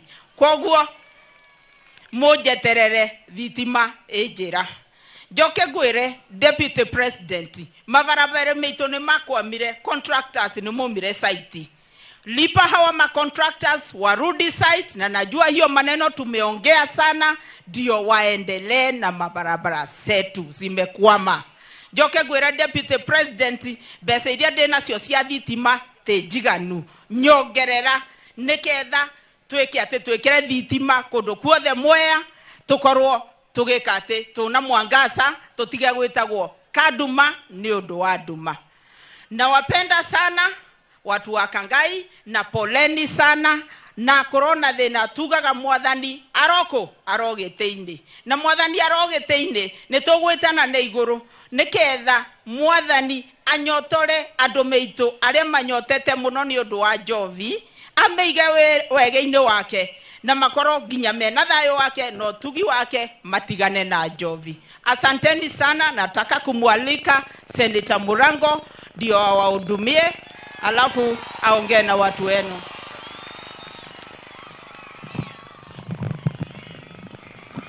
Asante sana. Mustahiki naibu wa rais Rigathi Gachagua, mustahiki mama daktari Pastor Dolokas, mustahiki gavana Kirinyaga, itifaki zote zikizingatiwa. Na wakazi wa Kangai, hamjambo? Hamjambo tena. Ngai ni mwega. Naende siothe. Yangu yatakuwa machache. Nitakuwa mzito wa hoja na mchache wa maneno kwa sababu wakati. Unajua nimesikia mambo mengi na kwanza nimkaribishe naibu wa rais kwa kuja hapa siku ya leo kuomboleza na sisi Waswahili usema hakufaaye kwa dhiki ndiye rafiki. Umekuja siku ya leo, wewe ni rafiki yetu na zaidi ya kuwa naibu wa rais, wewe ni ndugu wa damu, ndugu harisa, wewe ni mtoto wetu hapa Kirinyaga. Naibu wa rais, kuna kitu ilikuwa inanisumbua. Kwa sababu hawa watu wamelala hapa. Tunaongea mambo ya pombe. hii mambo yote ilitokana na polisi wanne kutoka kituo cha Kamachiri, waliuza pombe 20,000 wakaua watu wetu. Na kwa sababu watu wetu wamekufa, sasa hii tunasema kufa dereva, kufa makanga. Hakuna haja ya kupepereza tena, tutekuongithia arume ireru. Borithi acio mendirie Njohi, iroraga andu meitu, nitukwenda kweigua methe-ini na me mavute na mathitango ni undu wa kuraga andu itu. Undu ungi, you deputy president, andu aya maranegana ni undu ona mangiro matware mathina mathini wa borithi guku tuti borithi. Borithi ni matogarukire mureithi wa ng'ondu thiku ici ni woreaga ng'ondu. Maratokuwa no buthu tambe ya cumbi. Na nikio ndiruga muthenya wa muthi tugite undu umwe. Tutekwenda gukamona kana gukeigua. Tondu ngino nginyere ikua bandu bagukwira kioro kaba gukwira nyame-ini. Turimba namo ai koroko mundu arendie Njohi twacokerio ni borithi. Kana tegua andu aitu. Tutegweterera ringi andu mange makue. Undu ucio ungi, Your Excellency, ningetaka kusema ni kwamba sisi tunakushika mkono. Kitabu cha Kutoka 17 kinaongea juu ya Musa wakati alikuwa anaongoza wana Israeli. Wakati mikono yake ilikuwa inakosa nguvu, Aaron na walikuwa wanamshika, na ndio wana Israeli na Joshua akaweza kushinda vita. Kwa sababu Musa ndo alikuwa na upako, ndo alikuwa na mafuta. Mafuta huko nayo siku ya leo. Kwa sababu kuna wale watapigana kwa vita na kuna wale viongozi. Sisi kazi yetu ni kukushikilia na ni kuhakikishia siku ya leo ukijipata kwa giza, uone kiwiliwili, kivuli nyuma, ujui ni nani, ujue watakuwa mrango. Mimi nitakushikilia mpaka mwisho. Na ngerekerio Your Excellency ni ati njokerie ngatho Pastor Dorcas mutumia waku ni undu wa program ino enayo. Na Your Excellency korono tugie rehabilitation center Kirinyaga. Arĩa matakuite tumatware bau mathondekwo. Ucoke tuthondeke thoko tunawe nini chairman wa agriculture. Ni undu wa mesiri, ni undu wa nyanya. Tumatware kundu ku andu ameitu no magire Your Excellency. Koguo ndingiuria tuthondeke maundu mothe magire na njue maundu ni mekwagira. Na tondu kuma na senator uma guku ngwiciria na ndene kwate senator. Na tondu ninde kwaria makiria ba Your Excellency. Ningwenda kwira andu mangai-ini mwendete, mheshimiwa gacoki ugira mundu ni atuagwo, ritwa rigatuika we, ninjitagwo murango no wege Kirinyaga ama mzee wa Mboma. Asanteni sana. Naita mheshimiwa Mundigi dakika moja tu tafadhali. Watu wa Kirinyaga amjambo. Mimi ni senator wa Embu County, naitwa Alexander Munyi Mundigi. Yangu ni kidogo tu. Our deputy president, uwezi pigana na mambo ya agriculture na tukuachie pia mambo ya pombe.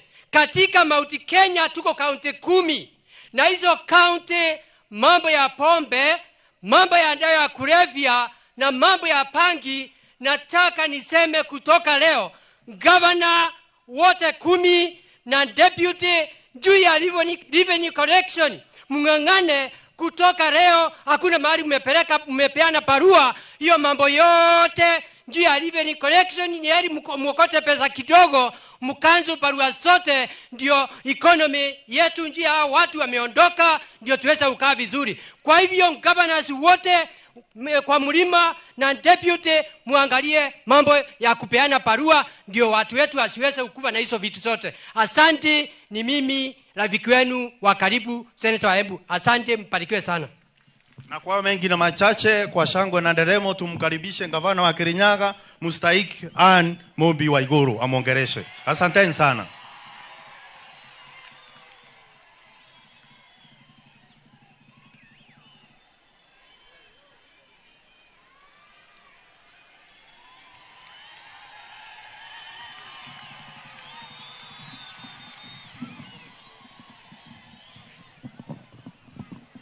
Your Excellency, the Deputy President of the Republic of Kenya, Your Excellency Rigathi Gachagua, Your Excellency Mama Dorcas Rigathi,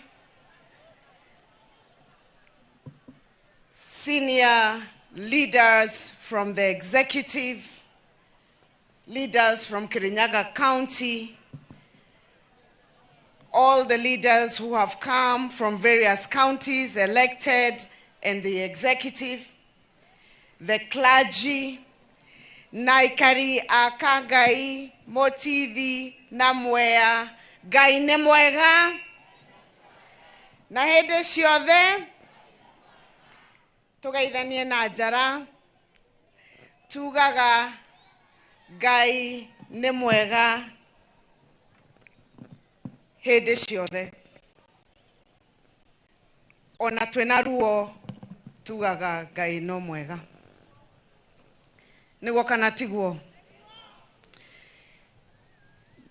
Mimi ningeanza kwanza kusema pole sana sana kwa watu wa Kangai, watu wa Mutithi, watu wa Mwea, watu wa Kirinyaga. On behalf of myself, familia yangu, na pia serikali ya kaunti ya Kirinyaga. Leo mimi, Mheshimiwa Naibu wa Rais, mimi nina uchungu sana kama gavana wa Kirinyaga. Kwa sababu kama unavyojua, mimi hii pombe nimejaribu kung'ang'ana na hawa watu. Your Excellency, umesikia huyu mtu ambaye aliuza hii pombe, nimempeleka kotini. Mimi kama county Kirinyaga government, mimi ndio nimempeleka kotini mara 16. Nikimpeleka anatoka na fine ya 2,000, 3,000. Hatukuchoka. Tukampeleka ya pili, anatoka na fine. Tumepeleka mara 3, 4, 5, 6 mpaka 16. Na hatuchoki. Your Excellency, sio yeye peke yake. Kuko watu wengi sana ambao sisi tumeshika na tukapeleka kotini. Lakini kama vivyo mmesikia, tukiwapeleka, iwe ni koti ya Kerogoya, iwe ni koti ya Baricho, wao huwa wanatoka na fine ya pesa kidogo. Na Mheshimiwa Naibu wa Rais, tuliomba, tulikuwa kule Nyeri, nikakwambia tuko na shida. Kama koti zinaweza ongeleshwa, kukuwe na minimum fine ambayo inalingana na offense ile hawa watu wanafanya. Tukiuliza kama leo, huyu mwenye aliuza hii pombe, Togiorio mothe, adwaya Makuite 17, ne fine ya besha shigana ate agagiro gukoro agetio ate niguo aume. Ona ni agagiro gukoro akiuma na fine. Mimi naomba sheria iwe inazingatiwa vilivyo. Huku Kirinyaga, Your Excellency, nikiwa hapa nimeuliza maswali kwa sababu nilikuwa nasikiza wenzangu wakiongea. Na wale ambao wameongea kuna maneno wametaja. Na tutaki tuwe tunaangalia mtu mwingine tunamuonesha kidole na sisi hatujajiangalia. Kwa hivyo chochote ambacho kimesemwa hapa pia nilikuwa nauliza katikati ya serikali ya kaunti ya Kirinyaga.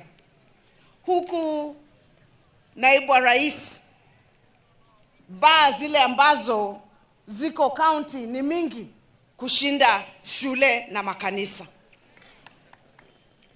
Ni ukweli ama sio ukweli?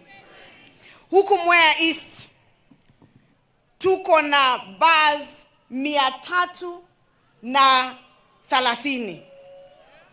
Mwea West tuko na bars 400. Zote ukilinganisha ni bar 734. Lakini ukilinganisha na shule ni 300 na 50 na 70, 370. Unaona namba za bar ni mara 2 ya shule kwa constituency moja, na shida yetu ni hiyo hiyo. Ukienda Central, ukienda Ndia, ukienda Geshogo, shida ni ile ile. Your Excellency, mimi jambo la kwanza nataka kusema hapa, kwa sababu mimi hawa tumepeleka kotini hawana hata license. Tukiwanyang'anya license, wanaenda kotini, wana operate without a license. This particular person did not have a license, kwa sababu nilikuwa nimekataa kuwapatia license, lakini bado wana operate kwa sababu wako na court order. Mimi, Your Excellency, mtanikubalisha, kwa sababu kuna mahali mtu anafika anasema shega na nisheka atea. Mimi mtanikubalisha tafadhali, na naomba munipe ile protection. Mimi leo nataka kusema hivi: bar zote zile ambazo ziko Kirinyaga County zimefungwa kutoka leo. Closed. And a new process ya kuverify na licensing ianze. Bar zote za Kirinyaga zimefungwa. County government ya Kirinyaga ikiongozwa na Governor Manyua has withdrawn all the licenses ambazo zimepewa. Uwe na license ama hauna license, leo bar zote zifungwe. Halafu tuanze process tena ya kuanzisha verification. Kama iko mtu yeyote ambaye ako na historia ya kuwa amepelekwa kotini kwa kukosa kulipa license ama kuuza pombe haramu, kama uko na historia, hautapata license Kirinyaga County to operate. Togeshega na neshekatea. Hatutakuwa tunakaa chini, Mheshimiwa Naibu wa Rais, na watoto wetu, baba zetu, mama zetu wanauliwa kwa sababu ya a few greedy people ambao wanataka kuweka tumbo zao mbele ya maisha ya watu wa Kirinyaga. Mimi sitasimamia hapo, Your Excellency, kwa sababu najua wewe utafanya kazi ya upande wako. Na upande wako wa polisi, kuna ma-OCS tuko na shida na wao, wametajwa. Mimi wacha nikuambie upande wangu. Nataka kutangaza leo kwa maafisa ambao wanafanya kazi kwa serikali ya county government ya Kirinyaga. Na naongea nikiangalia nyuma kwa sababu najua wako nyuma yangu.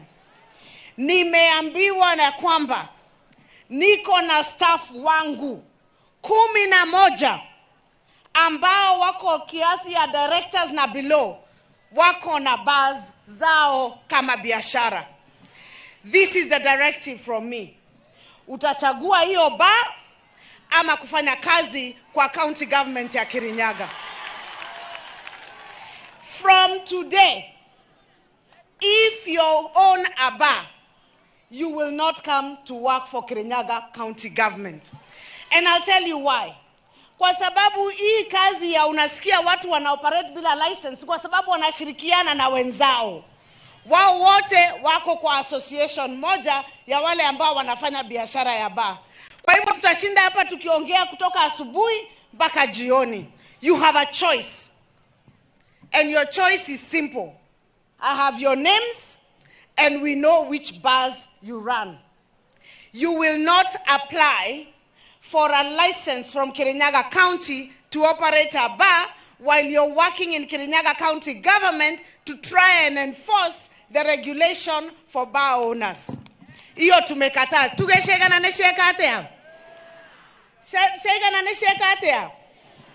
Tafadhali, ukitaka kufanya biashara ya kando, unaweza kuweka soko ya nyanya, unaweza uza butchery ya nyama, unaweza weka soko ingine ya avocado, si ndio?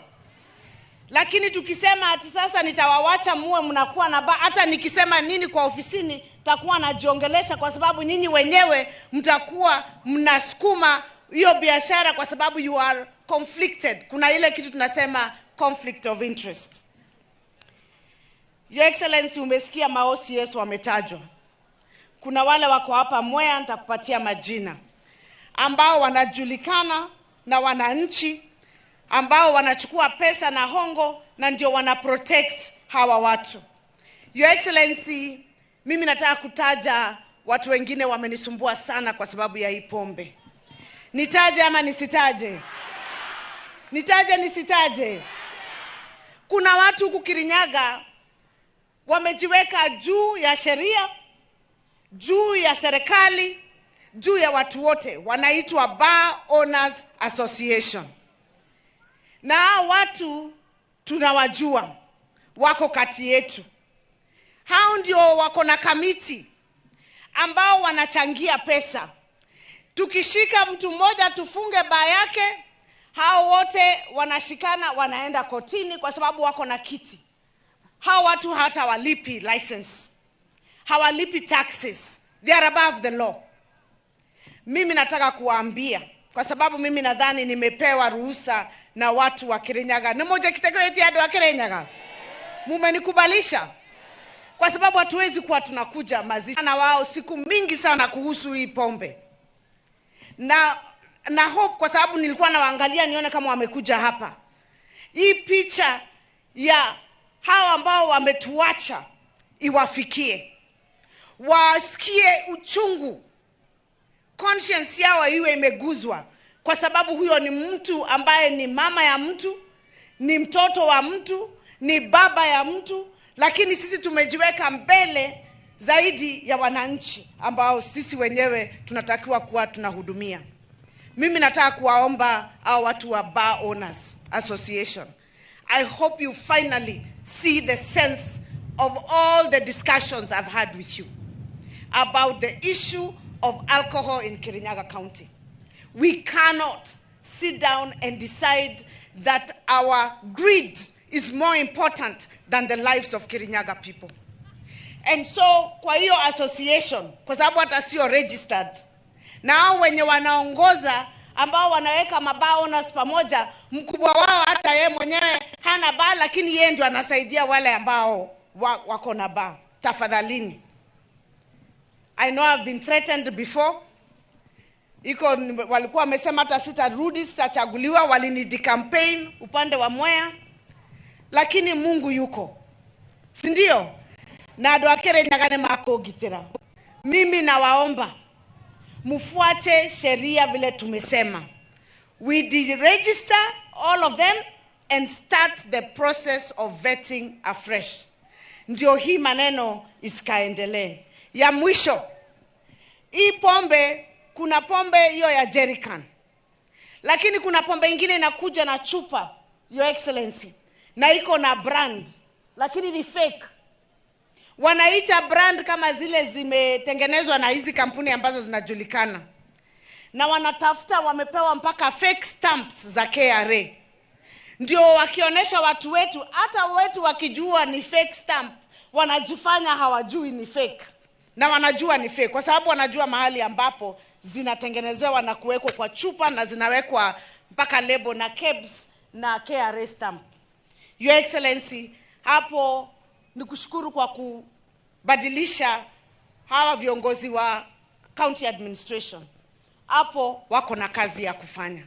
Na mimi kama county government tutashirikiana na wao ili tulete discipline and order. Let Kirinyaga be the county that will show an example to all the other counties in Kenya, not just in Mount Kenya, but in Kenya on this issue of alcohol. Let it never be again that tutakuja kwa mazishi tuweke coffins mbele yetu kwa sababu of our laxity or greed of a few people. Hiyo tumesema hatutakubali. Ya mwisho, sisi tumefungua toll free number ambayo tunataka kutumia Wakirinyaga wote, ambao tunasema ni campaign fuchua pombe haramu. na hiyo namba tumeweka ni toll free, ukipiga hauna malipo yoyote, ni 0800 721 812 0800 721 812. Ukiona pombe haramu mahali, piga hiyo simu, report. Sisi tutashirikiana na polisi na enforcement officers, tuende pale immediately. It will be a crackdown 24 hours until tukue tumemaliza hii mambo ya pombe haramu Kirinyaga County. Tumekubaliana? Mtafichua pombe. Nikimalizia, Your Excellency, kuna maneno wenzangu wameongea hapa, nataka kumaliza. Sitaki kuongea maneno ya Kirinyaga sana, kwa sababu huku Kirinyaga tunaendelea kufanya kazi. Hiyo maneno ya Njega's Health Center umesikia, tumeshatengeneza, tumemaliza, na hivi karibuni tutakuja kufungua Njega's Health Center. Mheshimiwa Wakangai ameomba social hall.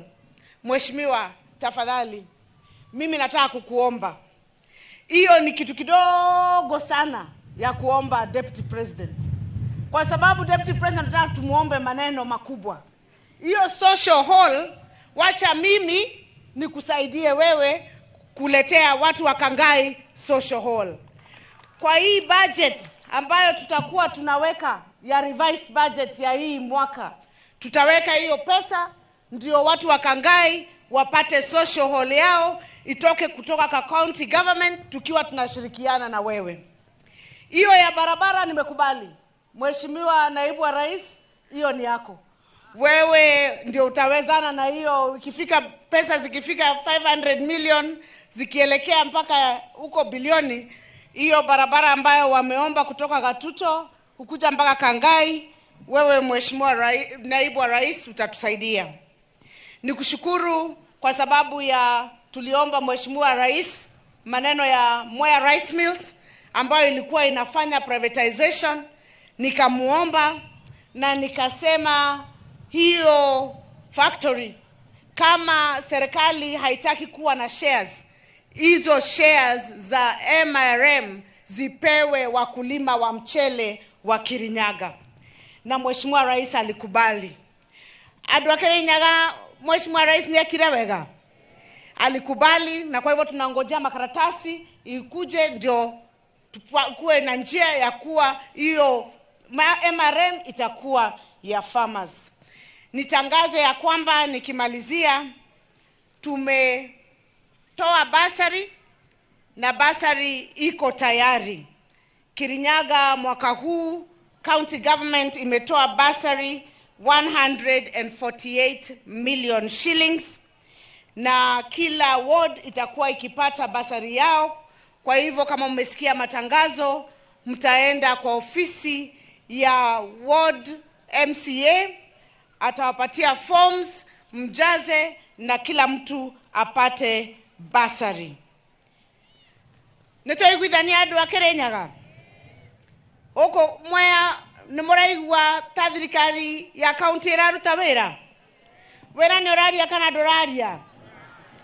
Wĩra nĩ ũraria? Tutaendelea kushirikiana kwa sababu ya kazi.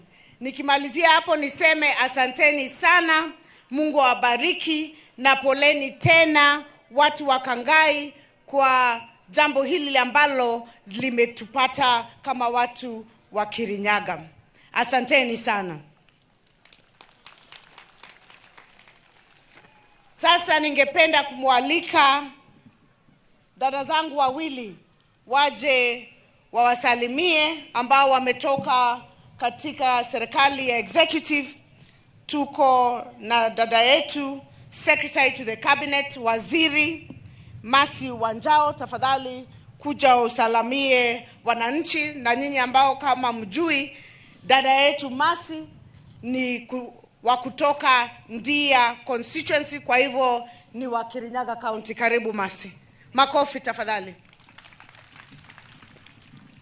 Thank you. Andũ a Kirinyaga mũrĩega? Mũrĩega? God is good and all the time. Your Excellency, the Deputy President, Your Excellency, Pastor Dorcas, spouse of the Deputy President, leaders from the executive, the county, friends, and the community here. Today is a very sad day. Na tũngĩte nĩ ũndũ wa kĩeha kũnyitanĩra hamwe tondũ ũndũ ũrĩa ũrekĩkire nĩ ũndũ wa tha.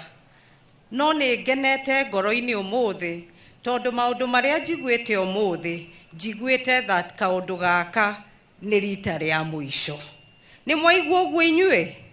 Niĩ nĩguo ndaigua. Na nĩ ndaigua rĩrĩa gwatuĩka borithi ciĩtwo mwagambagamba. No niĩ ndamenya tondũ nĩ nyonaga wĩra ũrĩa ũrutagwo by His Excellency the President, the Deputy President and the leaders. Kaũndũ gaka reke twĩtĩkanĩrie ũmũthĩ atĩ kaũndũ gaka nĩ ka mũico nĩgetha tũkage haha kwarĩrĩria maũndũ ma gĩkeno, maũndũ ma gũkũra, maũndũ ma kwĩyaka, tondũ tũrĩ andũ a Kirinyaga na tũrĩ bũrũri wa Kenya nĩ tũthiĩte mbere mũno. No reke ũmũthĩ ũkorwo mũthenya wa kũrehe rambirambi citũ na kuga nĩ tuonete ũhoro ũyũ na tũkaũnyita tondũ nĩ ũhoro wa tha, no nĩ tũĩ that ahead there are greater things ahead.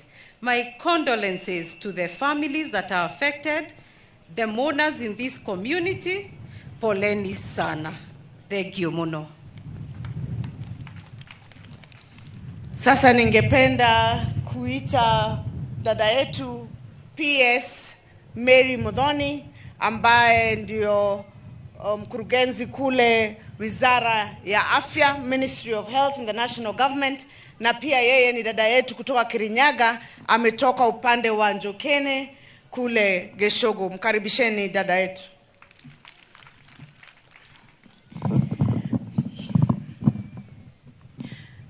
Your Excellency, the Deputy President of the Republic of Kenya, Her Excellency, Mama Mrs. Rigathi Gachagua, ne karima Kirinyaga, muriega, ngathia iriani.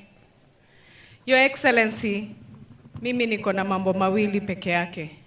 Nilipopata hii kazi ya PS, nilipewa PS wa Correctional Services.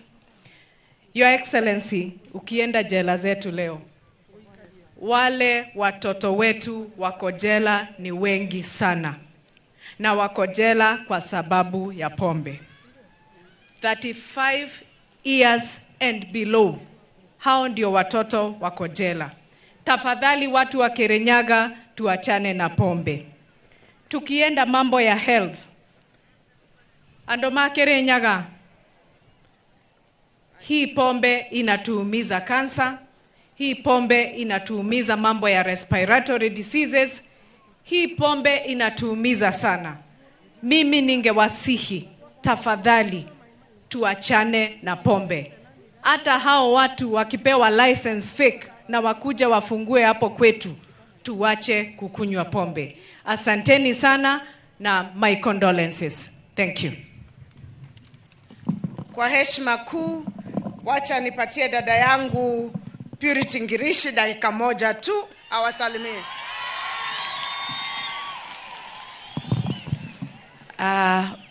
Watu wa Kandongu, Motithi, Kirinyaga at large, His Excellency, the Deputy President, Your Excellency, the First Lady, Madam Second Lady, Madam Dorcas, Pastor Dorcas, all protocols observed. Andomito momega. Momega. Gaine mwega. Na vende sionde. Reke Ngai agire ona riu gwatuika tuone kionereria tegu. Mimi ile ningeomba national government, sababu mimi niko katika national government, niko na huzuni sana kwa watu wetu ambao wameenda. Lakini ithu wetu atigara, tafadhalini tuvende awe nyerekia, twambe twenyerekie Njohi ambaye imutigane na Njohi until Her Excellency mambe meke rigorous exercise ya kurora mbaa cionde ikorwe na Njohi iria agirire iria ikinyanirie ikiro. Your Excellency, hizi bar pia kuna zingine ambazo wenye bar ndio wanatengeneza hiyo pombe. Tafadhali wale ambao wanatengeneza pombe, tutikwenda iganda cia Njohi Kirinyaga, hizo zote funga. Alafu second generation, hii pombe ambayo inapewa license ambayo ni second generation, wacha iishe Kenya mzima, watu wote tutengeneze first generation kama lazima ikunywiwe. Kanatea hii maneno ya kuua watu wetu with poisonous pombe ndameta Njohi njuragani, leke boro yukore muthenyo wa mwiso tutigasemania Mathiko Andũ ni undu wa Njohi, leke tuke oviki, leke tuke maendeleo, leke tuke kunyita ciana. Tunaomba serikali kuu ya Kenya mtusaidie tumalize this menace. Asanteni sana, na nimesema poleni sana kwenye nyote ambao mmeachwa. Nitasimama na nyinyi, nitaendelea kusimama na nyinyi, na ndirokana kanyu ndi mutigete. Asanteni sana. Na sasa ningependa kumkaribisha the Iron Lady, waziri wa lands. Sasa alikuwa kule kwa maji, lakini sasa kwa lands, dada yetu Honorable Alice Wahome. Makofi kwake.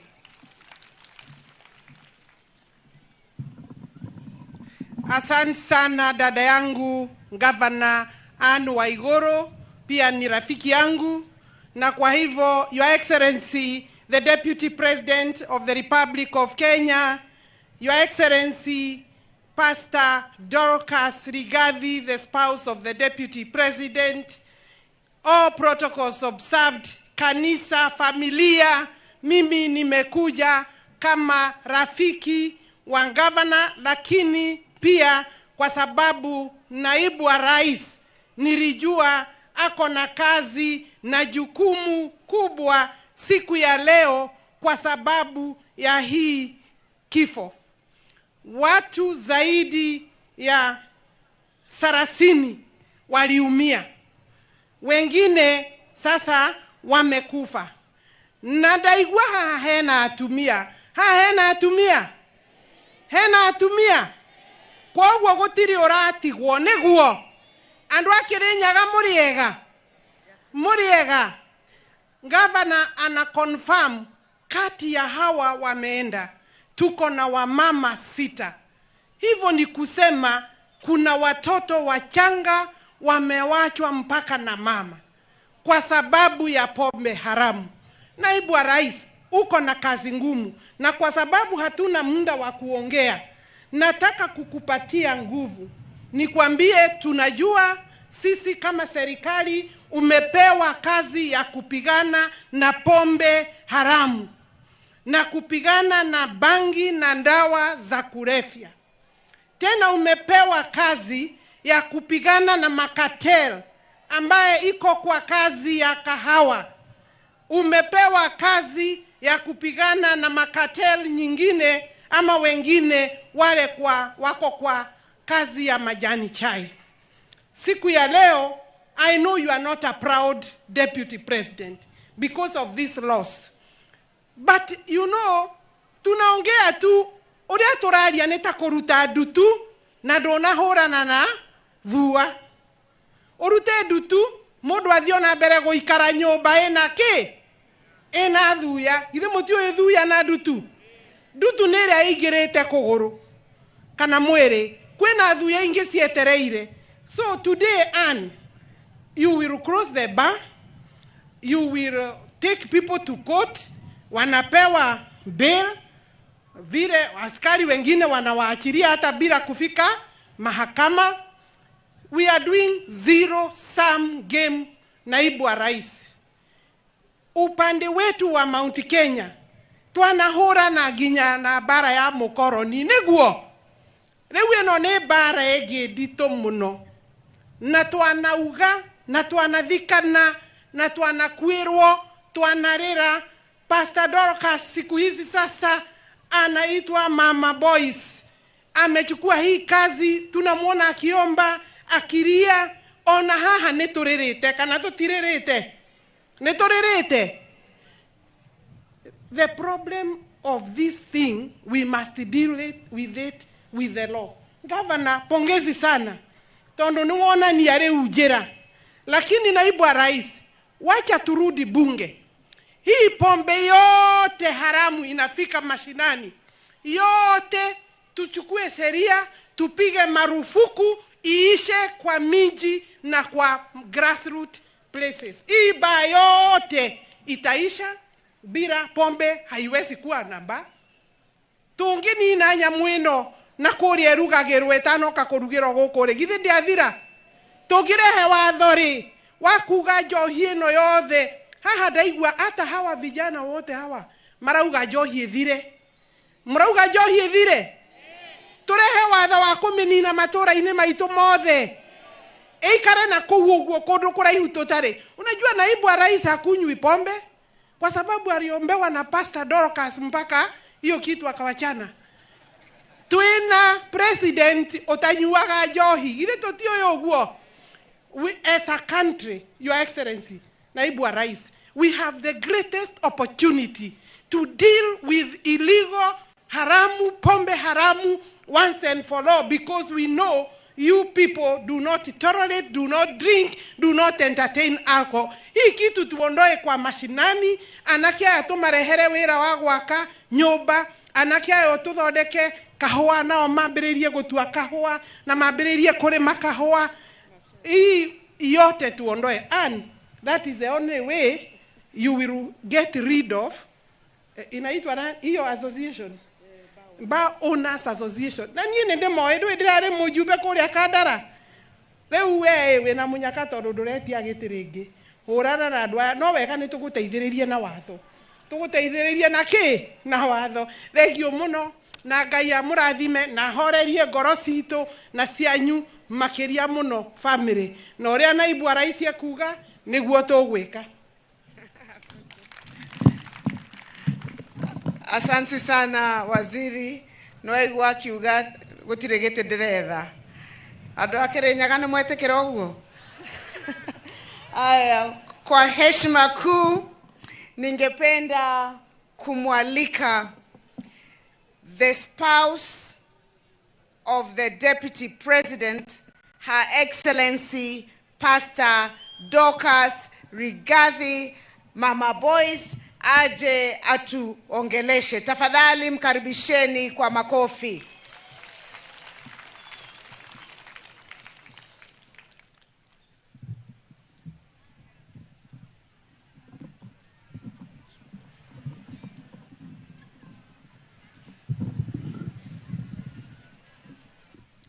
Bwana asifiwe.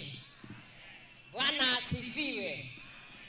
Andũ aitũ a Kirinyaga, Bwana asifiwe. Your Excellency, the Deputy President of the Republic of Kenya, Your Excellency, the Governor of Kirinyaga, all protocols observed. I stand here today. Ngoro yakwa inamite, turarĩ haha mũthenya wa Jume ĩrĩa ĩrathirire. Andũ a Kirinyaga, Ngai nĩ aiguĩte mahoya kana ndaiguĩte? Nĩ aiguĩte? Tondũ Ngai mũngĩhoya na mũmwĩtĩkia nama nĩ aiguaga na nĩ acokagia. Andũ aya makomete haha mahana andũ angĩ marĩ itũũra-inĩ rĩetagwo rĩa Bethany. Kwarĩ mũtumia wetagwo Martha na mĩrĩ wao na Lazaro agĩkua. Jesu nĩ aikarire agĩũka agĩkora athikĩtwo, aya matithikĩtwo. Thirikari ndĩkĩrĩ haha, kanitha ndĩrĩ haha, itũũra rĩtirĩ haha, security apparatus githĩ matikĩrĩ haha.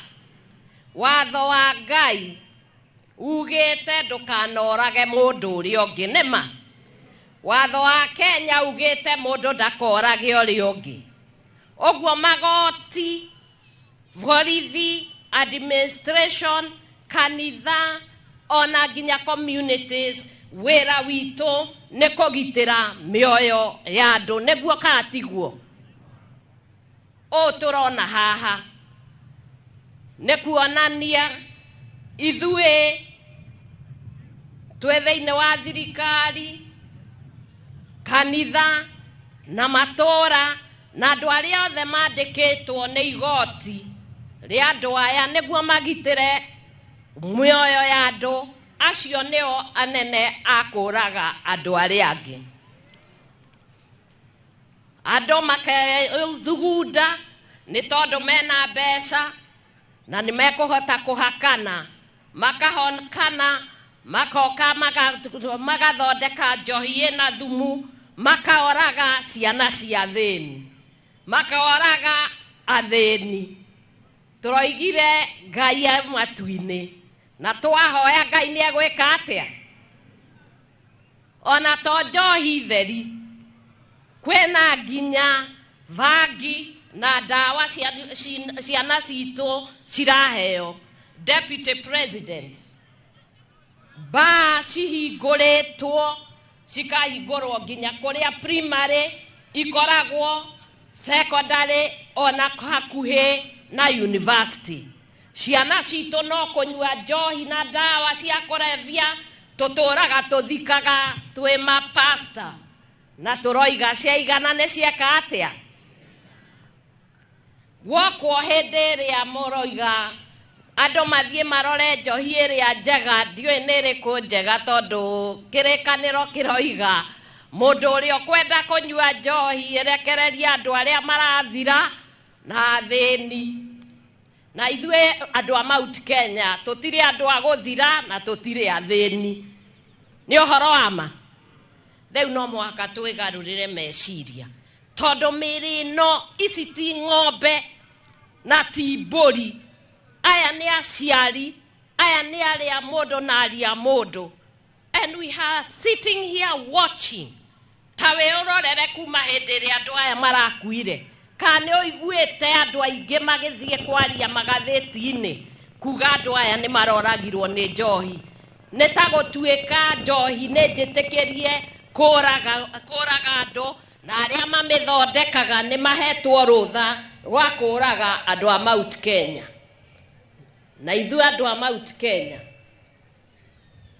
nĩ tũkwenda twĩmenyerere. Githĩ nduona ndoima mwena ũrĩa ndĩ mũtungatĩri, rĩu ndĩ mwena ũyũ wa thirikari, nĩguo no ngĩona kanitha na thirikari ciakuhanĩrĩria, tũngĩruta wĩra tũhinyĩtie, na inyuĩ mũtige gũthiĩ kũgũra gĩkuũ na mũtige kũgũra maithori, mbara ĩno nĩ kũhotanwo.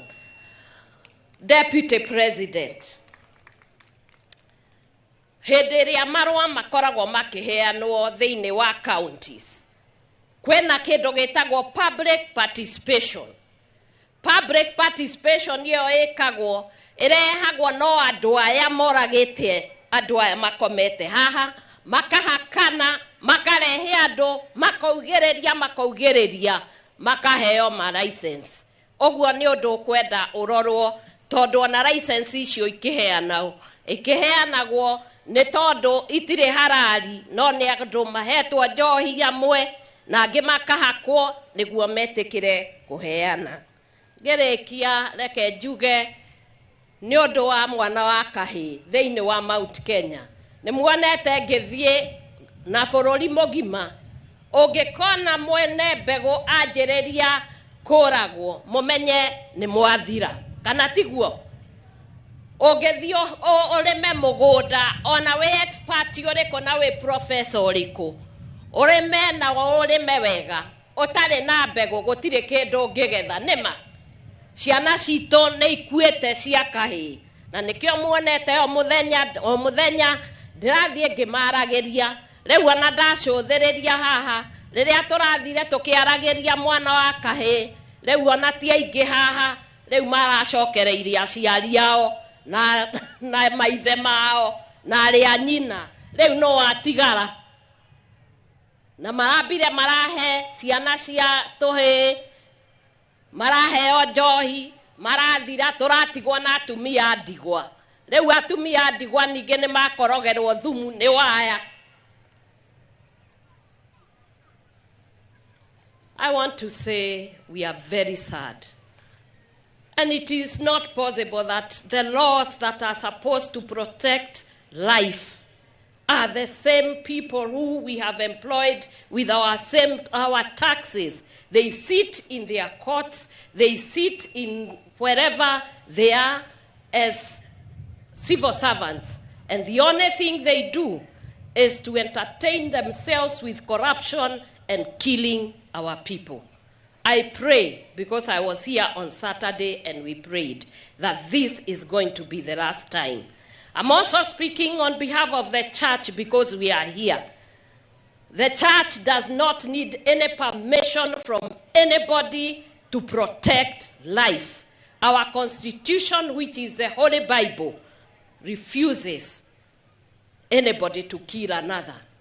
And we are going to pray and we are going to act. We are going to be where our people are, and we are going to make sure that the people of Kenya are protected by the law of God and the law of the country, because this is the government. May they be poor, they need to be protected. And this is exactly what we are saying today. If you see the church there, we are united, and we are saying, ciana citũ ĩtĩkĩrai mũke mũrĩre kanitha-inĩ. Nĩtũkũmũhe irio, tũmũthambie, tũmwarĩrie, na tũcoke twarie na thirikari, tũmenye ũrĩa mũgũthiĩ rehabilitation na mwetherwo mawĩra marĩa mũkũruta. Ũguo nĩ wega? Ngai amwĩke wega. Our governor come now and invites the deputy president.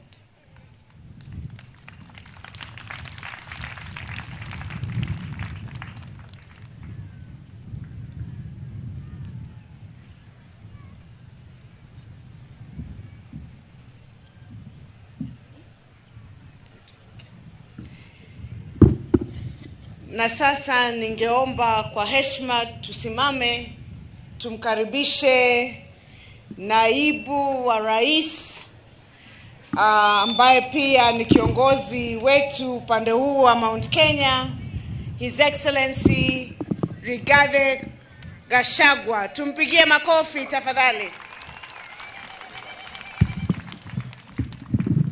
Asante sana. Tafadhali tuketi. Tafadhali tuketi.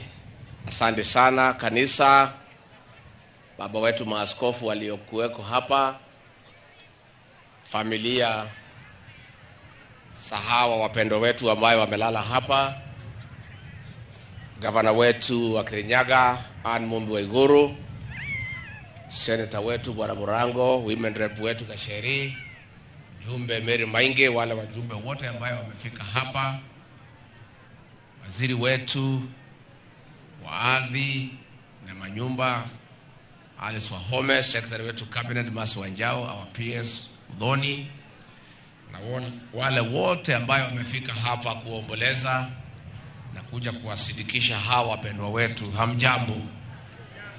God is good and all the time. Gaidia ishiara la ine mwadhani ya gosho rege. Nimefika hapa pia nikiwa na huzuni kubwa na majonzi kwa kupoteza watu 17 kwa safari moja, na wengine wamepoteza macho, na wengine wanaendelea kukufa. Kuna wawili wamekufa huko Mwea East jana jioni kwa sababu ya hii pombe haramu ambaye ni sumu, ambaye imeuzwa hapa Kirinyaga, imeuzwa hapa katika eneo la Mlima Kenya na Kenya nzima.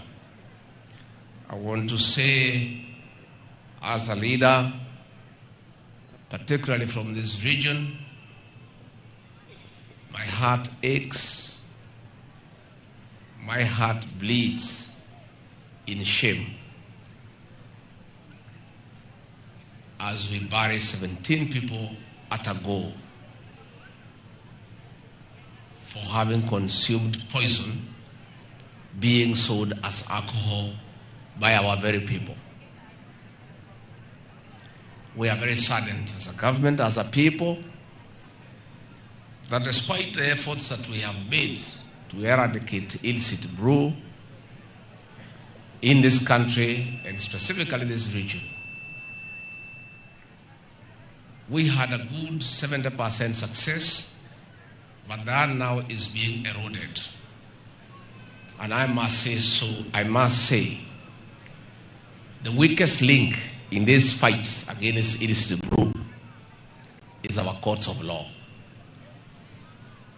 The second link from the courts of law is the National Police Service, followed by the National Government Administration. And I want to say that we feel very low as a nation. That our courts of law, despite being presided over by parents, are working against the very people that they serve by giving court orders to allow merchants of death to continue selling poison to our children. I want to say, these people who are selling this poison, we now want to call them and treat them as merchants of death. And we will deal with them as merchants of death. I want to appeal to my sister, Lady Justice Mathiko, our daughter from here, from Meru, to talk to the judges and the magistrates and request them not to allow more deaths in this country. This man who sold this poison has been arrested and arraigned before court for a record 16 times. He is given fines that are mockery of justice. And he continued to sell these products. And this is the result that we have here today. Sisi upande wetu wa national government, we have taken decisive action. And what is remaining are the courts of law to do their work. When this matter happened, we recalled the entire county security team to Nairobi for investigations and disciplinary action for acts of omission and commission. We are embarrassed ya kwamba ile pombe iliua hawa ilikuwa exhibit katika police station. Polisi wenyewe wakachukua, wale wanatakiwa kulinda maisha, wakauzia huyu mtu ya California na yeye akauzia hawa. Sasa matunda ndio hii. The OCS and the 3 officers have been sacked from the National Police Service. Na wamepelekwa kotini. Na tunaomba mahakama itafutie hawa justice. On top of that, Kiamashire Police Station and Kangai, we have removed the entire station from constable to OCS to Noaton.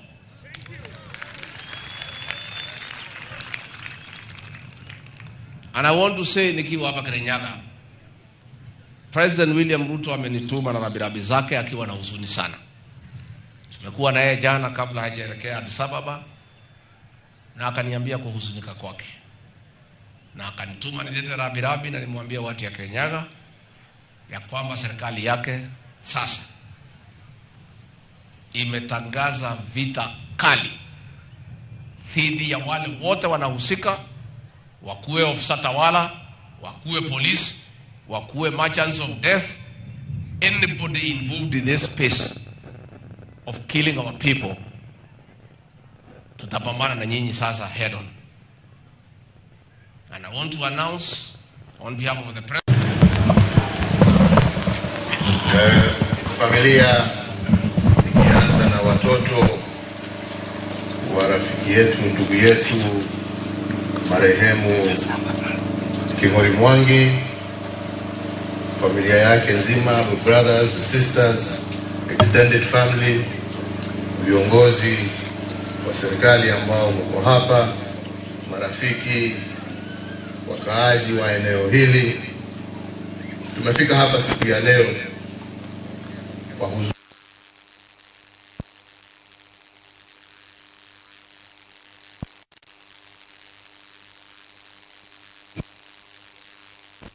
tunaomboleza kusherehekea maisha ya rafiki yetu, ndugu yetu marehemu Inooro. Mimi nilipata nafasi ya kujuana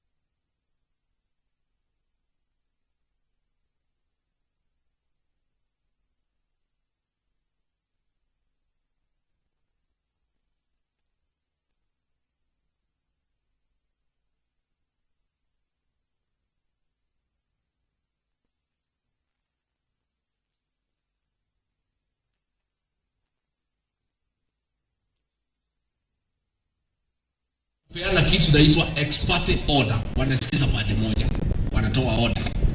Hii sumu yote nauzwa hapa Kenya, mahakama ndio imekubalia sumu nauzwa. Na sasa tunashindwa, sasa hii kotini ni ya kusaidia Wakenya ama ni kuhangaisha Wakenya? Sisi as a national government, we are going to do our part. I agree entirely with the statement by Governor and the leaders here. There is no way a chief, an assistant county commissioner, a deputy county commissioner or county commissioner can run a bar anywhere in the country. There is no way a police officer can run a bar. That is clear conflict of interest, and it is not possible. So mimi nataka kutangaza on behalf of the president and the government ikiwa hapa, wewe kama ni police officer uko na bar, uamue uache kazi uendelee na bar ama uache bar uendelee na kazi. Period. And I want to ask our members of the National Assembly and the MCAs, please submit to my office all bars that are run by our officers and their names, so that immediately we take action. Na tuanzie hapa Kirinyaga. Hiyo ikifika Monday mnipatie majina. Officer fulani ako na baa hii, huyu ako na baa hii. Waitu. Yeah. Regional Commissioner.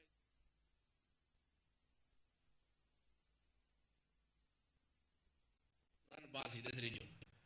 They must do their work. Ama waliletwa hapa kuendesha baa. Kuna mtu aliletwa hapa kuendesha baa.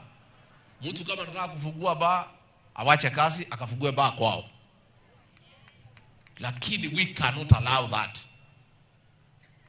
And that will apply for the entire country. Because there is no way they can enforce the law when they are floating the law. Ni kama siku ingine polisi walikuwa wamenunua matatu. Ikakuwa sasa gari ya polisi hata kama imebeba abiria overload hawezi simamishwa, kana haina miguu hawezi simamishwa. It cannot work. And I don't think it is fair, it is right for officers to engage in business that clearly is conflict of interest. Mimi niseme hao watu OCS huyo na hao officers wamepelekwa kotini. Let the law take its course, and going forward that is a way. Ukivunja sheria, even if you are in uniform, utaweka uniform chini, uende kwa bao ujibu, so that we are able to make progress. Mimi niseme niĩ nĩngwenda kuria macibu maitu, assistant chiefs na macibu, kĩrauni kĩu mũhetwo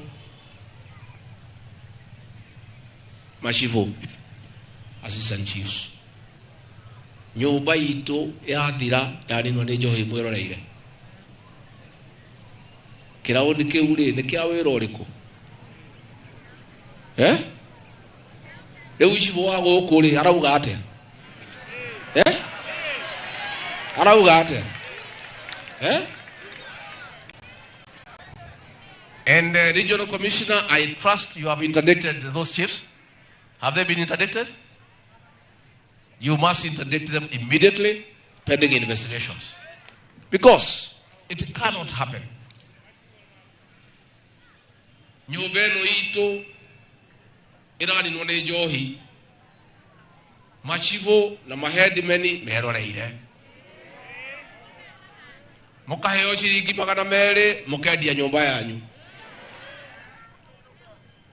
mũkoya mbeca itarĩ na kũrĩa irĩ mũkareka thumu wendio, mũkĩĩtaga machivo, mũkĩĩtaga nene.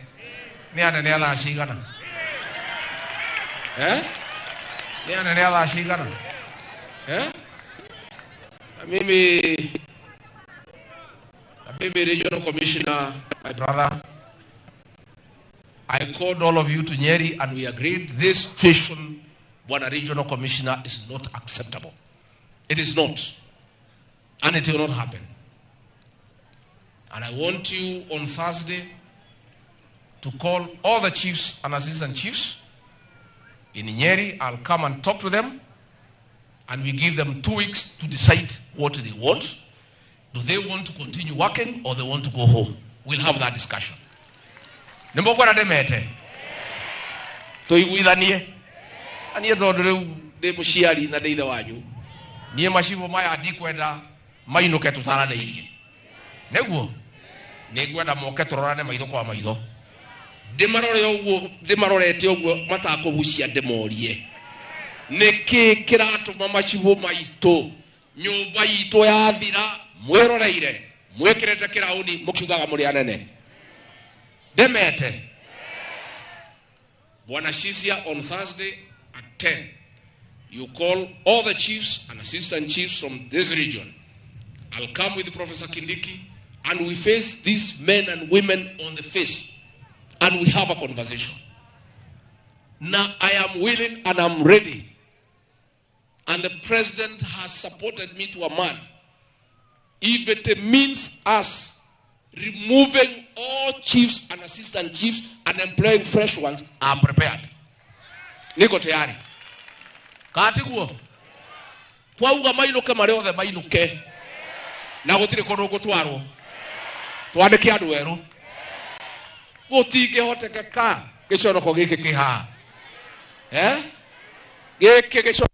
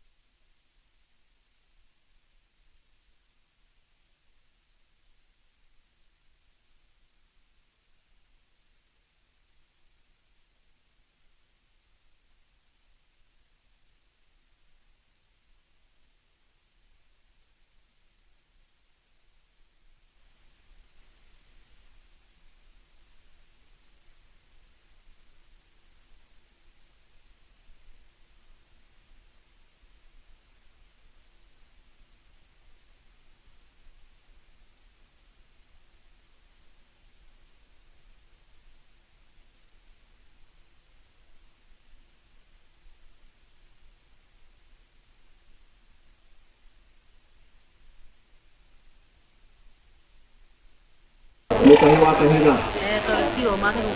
Sio Joyogo. Kiari Badilisha. Susan Kiheka. Kimanua Matagi. Sensi Barire. Mudomi Joke. Kawera Mwangaza. Irongo wa Kagata. Ciana citũ ciathira mũhete andũ marũa manine ciana citũ. Ciana ici kaire ciao makabana na ndio mũgũrire andũ aya. Makĩmũhe hinya wa gũkora mũkwenda. Mũkiuga mũtikũheana marũa maya rĩ, mũngĩtwarwo kũ? Mũngĩtwarwo kũ? Magavana maitũ mware kanyũmba itũ ethire mũitĩ-inĩ mũkiugaga mũrĩ anene. Marũa makaheanwo mũndũ arendia thumu akanengerwo marũa thiĩ wendie mũkongania mbeca atĩ mwake barabara bara ici no mũrakĩra ciana ici citũ ciathira rĩ no gathira bara icio mũtikiongania mbeca mwake mochari katiguo ithuĩ tũmayakire mochari nacio mbia icio cia Njohi mũtwakĩre mamochari. Gavana atarĩria haha uria baci nyinge gukira cukuru no uyu witu uyu mwana witu ni ageretie tondu ni ahuranite muno na andu acio na gavana wewe ngatha ya rurire gucokeria ngatho kinyira hau mwana witu ni tugukugitira no magavana mangi matiendaga kumenya no malaisensi maraheana mucokere gukanie kundirira tirikati wagacagua tuteithie ngumuteithia atia na marua ma kwendia njohi ria njoru ninyu muraheana. Niĩ njuge kwĩ bara ya nyũmba na ya mũhĩrĩga ĩno nĩ ya mũhĩrĩ na nĩ ngwenda kũria magavana aitũ othe nĩ ngũmeta nĩ ngwĩta ma MP maitũ mothe tũcire nĩgetha ũrĩa ũkũrega kũrũa Njohi na bara ĩno njĩre andũ a nyũmba itũ ng'ania nĩwe ũraregire. Nĩ mũkwenda njĩke ũguo? Na nĩkĩo ndĩraugire ndĩrorithia anake angĩ makĩaria haha ndeto cia uteti atũ wa 2032 rĩu rĩ mũrari ũhoro wa 2032 nyũmba ĩno itũ yathira mũgathurwo no nĩ kũgũrũka kana nĩ gũthiũrũrwo nĩ kũrota angĩ mararia atĩ generational change. If this generation is wiped out, instead of coming to help me, we save this generation. You are talking nonsense about generational change. An entire generation is almost extinct. This menace is an existential threat to the people of this region and our young people. I want those young leaders first, before you can talk of generational change, first come and join me. We save that generation you are talking about. Katiguo. Deure goko gitaro giki maniguo tukomeirwo ni thina uyu wa Njohi. Nyumba itu ni guthira irathira. Ate na anake ate marathie kwariririo uria makaneneha mwaka 2032. Mukaneneha muthuritwo no na andu ane guthira marathira. Ni gwenda kwira atongoria itu mamenyerere muno. We face an enemy as a region. And this enemy is real. You can see. Look at here. Murore haha. Mujire. Kana nyumba tiguthire rathira. Niguthire rathira ka tiguthire rathira. We have a battle ahead to be able to face the courts and tell them stop it. To tell the police no, it cannot be. To tell our chiefs, please, you must wake up. To deal with the merchants of death. That is a real question in this region today. And I stand here as your leader. I can tell you with certainty, this is our biggest threat as a region. And I want to ask all leaders from this area. And Mheshimiwa Alice Wahome, I want to thank you for coming in solidarity with our people. PS Mumoni, asante for kufika. Masi Wajau, asante. We must join hearts together. Elected leaders, governors, those in the executive, because the region is under real threat. to be extinct. Na nĩ ngwenda kwĩra atongoria aitũ othe, please, let us focus. This is a challenge in this region. Other things can come later. But for where I stand, from what I see, if we don't work together, and that is why I've said I want the chiefs to come. We have a conversation. We agree.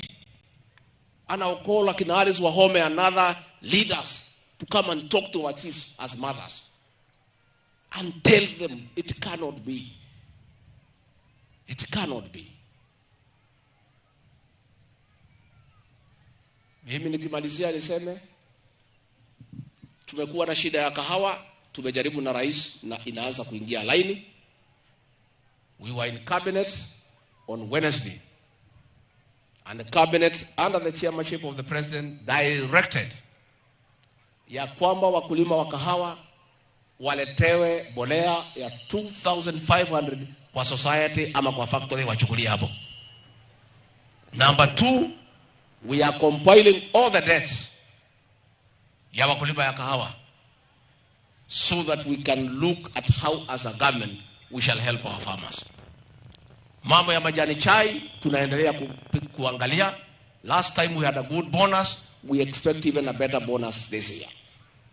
Lakini hiyo mambo yote tunafanya bila vijana ya kufanya kazi, iko kazi hapo.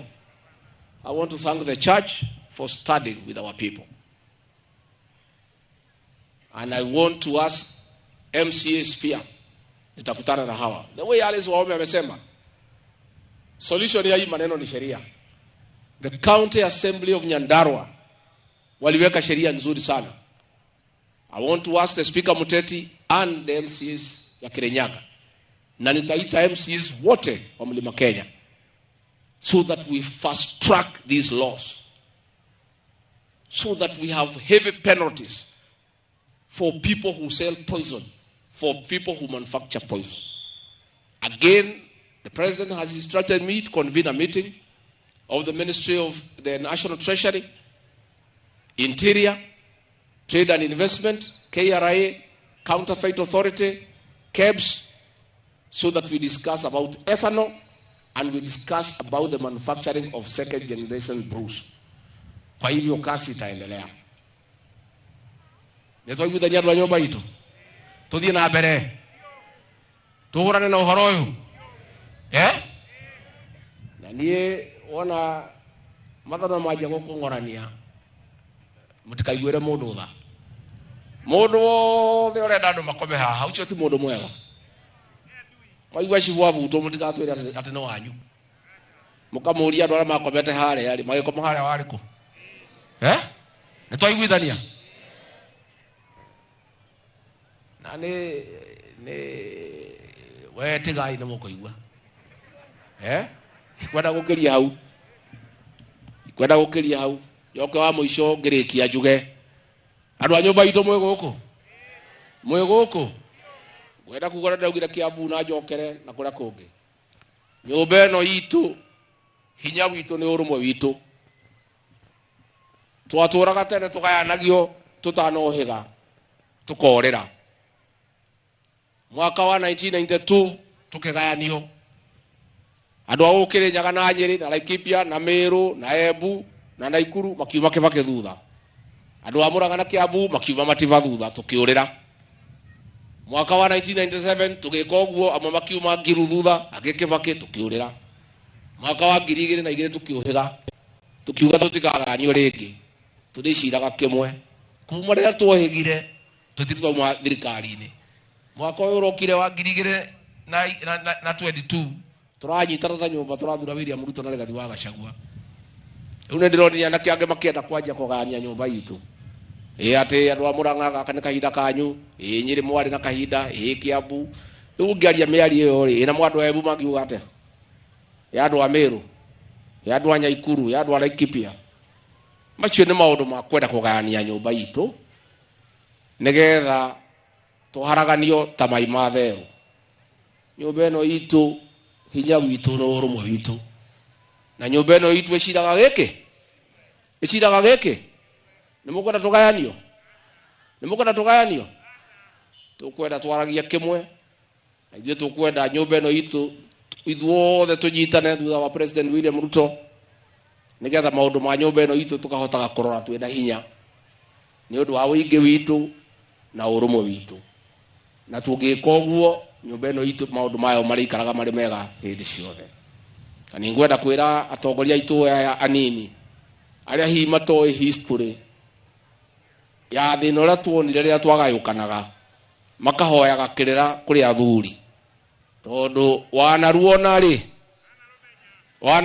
rĩ matige kũrũgarũga tondũ matiũĩ morie merwo nyũmba ĩno itũ rĩrĩa yagayanagio maũndũ maitũ marĩ moru mũno kuma rĩrĩa twohĩgire tũkĩnyitana maũndũ maitũ makĩagĩra na tũkwenda maũndũ maitũ maikare marĩ mega hĩndĩ ciothe. Koguo niĩ ndikwenda gũkĩria kuma hau ndamaka mũno atĩ andũ aya me haha mũndũ na mĩaka mĩnini mũno nĩ 38 hena wa mĩaka 73 anyuĩte njohi rĩu mũndũ wa mĩaka 73 njohi-inĩ ũkĩena 60 kĩndũ rĩu rĩ tumĩte rĩu kũrĩ anake rĩu nĩ cũcũ na guka no ũhoro ũyũ ti ũhoro mũhũthũ. Nĩ tũkwenda PS witũ wa public health ũtũtũmĩre psychologist na counseling moke mateithie family ici mamarĩrie tondũ nĩ makwenda kwarĩrio nĩgetha meciria mao mahorere na mahote gwĩtĩkĩra ũrĩa maũndũ maikarĩte nĩgetha tũhote gũthiĩ na mbere. Na njoke njuge gavana ũkĩhinga mbaa ũririkane wines and spirit ona nĩcio njũru nginya gũkĩra mbaa gatiguo acio nĩo marenderia nginya ciana cia cukuru tũmenyore na nĩ andũ ũru tũthuma na njuge atĩrĩrĩ thũ ya nyũmba ĩno itũ no andũ a nyũmba itũ thumu ũcio ndũrendio nĩ andũ kuma kũndũ kũngĩ no andũ mararia ũguo tũraria marendia mũgathiĩ mũkenderia ciana cia cukuru njohi na bangi atĩ mũtonge narua na inyuĩ mũnine ciana cia andũ arĩa angĩ amũtigĩra Ngai mũmenye ona mwehitha kũrĩ ithuĩ Ngai no aramuona mũkĩũraga ciana ciene ona inyuĩ mũrĩ ona ciana ona twaga kwĩrĩhĩria Ngai witũ nĩ agatũrĩhĩria mwatwĩka riũa rĩmwe na marĩa mangĩ mwĩkĩte mataroneka inyuĩ nĩ inyuĩ thũ cia rũrĩrĩ rũrũ rwitũ na mũtikona wega ona mwatonga atĩa indo icio mũtigakenera ona mwagũra makari mahiana atĩa mũrĩ araraga mũtarĩ toro tondũ ici mbeca nĩ nume ona mwagũra mathuti mahiana atĩa mũtikagĩa thayũ tondũ gũtirĩ hĩndĩ mũngĩtonga na kũnina ciana iria ingĩ na kũraga andũ arĩa angĩ. Ĩyo nĩ ndeto ya gĩconoko na tũgaconoka mũno atĩ thũ ya mũgĩkũyũ no mũgĩkũyũ mũndũ ũcio ũrethirie nyamũ icio rĩ thito wa gũkũ njuge reke twĩmenyerere mũno nĩ tũtige gwĩka maũndũ matagĩrĩire tũkĩenda atĩ gũtonga narua. Gũtonga nĩ kwega no mũndũ atonga kahora ũthiĩ ũrĩme mũcere gũkũ Mwea ũrĩme macani ũrĩme kahũa ũige nduka yaku wendie cabaci nĩ ũgũtonga to nginya ũrage ciana ciene nĩgetha ũtonge narua. Na kwa hivyo mimi nimalizie hapo niseme the new officers wamekuja Kirinyaga, please restore sanity in this county. The regional commissioner and your team, please restore sanity in the region.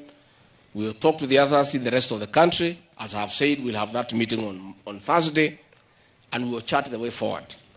But it's not going to be business as usual. Heads must roll and we must have several casualties.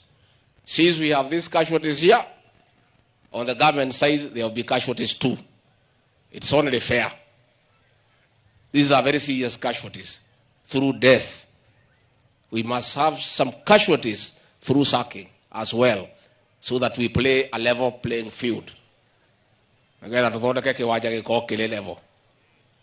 Koguo no nginya andũ aigana ũno nao thakame ya andũ aya ndĩngĩũrĩra thĩ bure.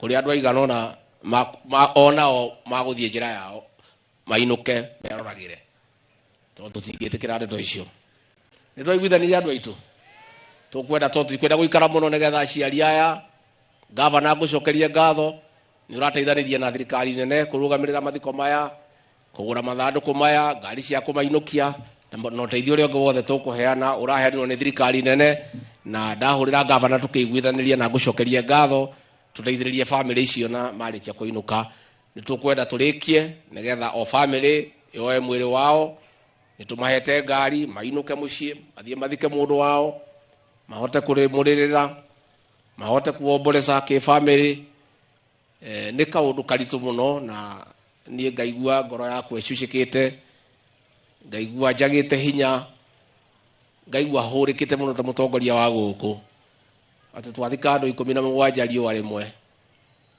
ni undu wa ndureka cia andu ikienda gutongana rua na andu a thirikari kuoya ihaki makarega wira urutike na oringi ni roria chief justice aririe majaji make na magistrate matigane na ithuĩ turute wĩra ũyũ matuhe thayũ na matuhe kanya tuhũrane na njohi ĩno matagũtũingĩrĩra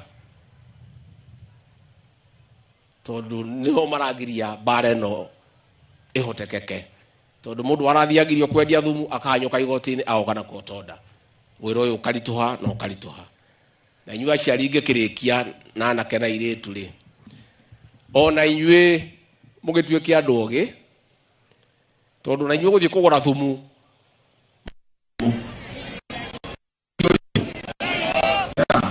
ukiuĩ njohi ĩno nĩ mwĩtĩnji nĩ muona nĩ oraga andũ mũranyua ona ũkorwo nĩũragiria wendwa ũgĩtige kũgũra kĩndũ kĩũru ũguo father ahunjia ũrathũkia mwĩrĩ waku nĩkĩ ũkĩmenyaga nĩ ũrathũkia ugathiĩ ũkagũra kĩndũ gĩa gũthũkia mwĩrĩ waku ũkaruta mbia ciaku iria ũnogeire ukagura thumu ukanywa ugakua kana ukora maitha ugacoka kuga thirikari tuteithie no guo nituguteithia i no nawe nginya kiambe ugiteithie wakanyumba ndi kura joyo kile mura ndio mo wa bela bela ya besha wathi wa kura wo guo na tuguga ndu tukuruta ira ndu ta thirikari ona ithue o ene reke tutige kwiananga mere itu reke tutige guthukia mere itu na father ni ahunjia wega muno ngucokeria ngatho arawe muhunjia uri saitire kirikaniro yothe ndio itageririe nego guheciringi kirigana ne mugathio kiriaga ni ora ndingirwo njokere maundu macio ora ndingikinya kuota itageririe muno ni ageririe mutu wayanga nita computer riu turenda andu tacio timirefie ikomage mitaro-ini acio ni mwandu turenda guku gitaro gya gatagati na Kirinyaga ati mundu arathoma Biblia andikitwo kioko na computer asanteni sana Ngai witu amurathime amwike wega amwararamirie mihaka murore magukumia amugitire kuma kwe njohi njuru amugicire kuma kwe ndwari amuhe ugi wa kwimenyerera muthie na wega asanteni sana. Asante sana, tusimame sisi wote sasa sababu tunamalizia imbanda na pia speeches. Naomba naibu wa rais tubaki tumesimama ndio tupate benediction. Alafu pia wananchi tafadhali maombi ikiisha tusiondoke sababu tungetaka kuwapa ratiba ya vile ambavyo tutaenda mazishi baadaye. Kwa hivyo naomba tafadhali wananchi mtakapoona naibu wa rais akiondoka tafadhali tusiondoke ndio tuweze kuwapa ratiba hapo baadaye. Bishop Karemi please. Kaito hoe turekie Ngai nĩ twagucokeria ngatho nĩ tondũ wa mũthenya wa ũmũthĩ nĩ ũcoketie mahoya maitũ ma twahoire nĩkĩo nĩ twagũtĩa na rĩu ithuothe tuge tũrĩkie na wega ithuothe naguo wega wa Mwathani witũ Jesũ Kristo na wendo wa Ngai na ngwatanĩra Roho Mũtheru erikane ithuĩ hingo ciothe tene na tene amen. Ngai amũrathime. Asante sana. Nitaomba sasa tumruhusu Mheshimiwa Naibu wa Rais pamoja na ujumbe wa viongozi waweze kuondoka wananchi tusalie tukiwa tumesimama mahali tulipo hadi wakati naibu wa rais atakapoondoka pamoja na viongozi. Asanteni sana studio. Asante sana naibu wa rais sababu ya kumtuza huyo pasta. Si kila mtu akona siku yake. Haya basi asante sana.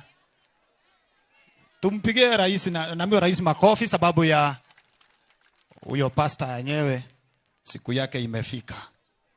Siku yake imefanya nini? Ndo kagogathondeka uliongi. Na leo please wananchi tunaomba tafadhali tubaki tumetulia tumesimama na najua mambo yote itakuwa sawa. Nashukuru sana pia gavana wetu Your Excellency Anne Waiguru sababu ya kushikilia hii program.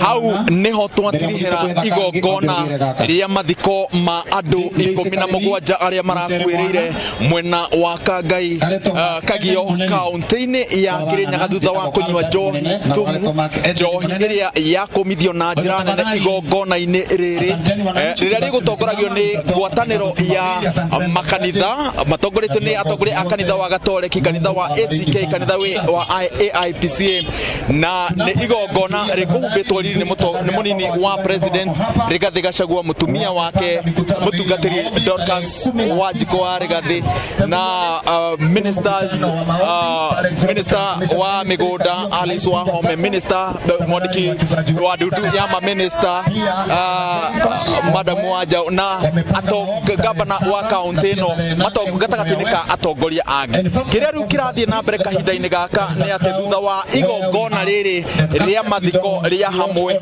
atongoria kana o family riu ikuoya mwendwa wayo ithie ikamuthike kuria o family iguithaniire noguo ni kuga ati family 17 iguru ria maundu maria meyumiria kahinda-ini gaka meguthie na mbere megutigwo guku magi shakaya maundu ni undu wa gute endwa ao 17 no maundu meyumiria muthenya wa umuthi. Wa mbere thirikari ya kaunti ya Kirinyaga ni yakanja marua mothe ma irafu iria ciri guku kaunti-ini ya Kirinyaga nigetha mambiririe mutaratara ringi mweru wa kuhoya marua macio. Wa keri president munini wa president ni etikira ati handu haria hena gatithio bara-ini ya njohi gitaru-ini gia gatagati ni haria bara ino iranyitithaniria maabitha a ruhonge rwa wathani na maabitha a ruhonge rwa borithi. No ndeto makiria tondu ni wamiamukira haria utanataukirwo na njira ya gitio ndirakuria tunyitanire nawe mohoro-ini maria mekurumirira gukorwo ngikuihurira na njira igwete maria meyumiria mwena uyu wa Kangai kuma riria igongona riri riambiriirie nginya haha twaritirihira. No kahinda-ini gaka ngugucokia studio kuri Harun Njoroge wa Maina nigetha tuthie na mbere na mutamburuko witu wa Inooro miaraho. Harun, mwaro ni waku. Thegio wa weru ni riboti ona gukorwo maitho maitu muthenya mugima tugithie na mbere na kurumanirira na igongona riu ria mathiko mwena ucio wa Kangai kaunti-ini ya Kirinyaga na utogwa atariria ntoigwa munini wa president agitetirithia maundu matiganite akimurika ruhonge rwa magoti ni kinyagia haria uhoro ucio ukinyite akiuganiruo rukoretwo rukihotomia bareo ya njohi cia ibango iria tungitie muingi wa itura riu ria Kangai ikuo cia andu matanyihiire 17 na oho agatariria uhoro wigie maabitha a borithi aria kuratuika nio marekereirie njohi iyo igikinyira muingi uria wamenyuire na muthia wa uhoro magikua na makiurwo ni mioyo. Na oho no agweta kuririkania muingi bata wa mundu kwimenyerera to nginya njohi tondu ni iranyuo unyue. Riu ni uraigua aramoria wahuthira mbeca ciaku guthie kugura gikuo riu tondu no gukigura magurire ti gukiheo maheirwo njohi iyo. Uguo ni uhoro wa andu gwicurania atongoria guka hamwe ruhonge rwa magoti kunyitanira na muingi ruhonge rwa maabitha a borithi kunyitanira na muingi maundu ta macio nigetha gutigirira ati mutino to cio kana ngero teo ihanikite mwena ucio wa Kangai ndinahanika ringi tugithie na mbere. Waweru wa Nyambura ne gukorwo agituhariria riboti iyo na njira ndaya na tukorwo tugicikinyaniria kana tugikurehera wona ciehanda mohoro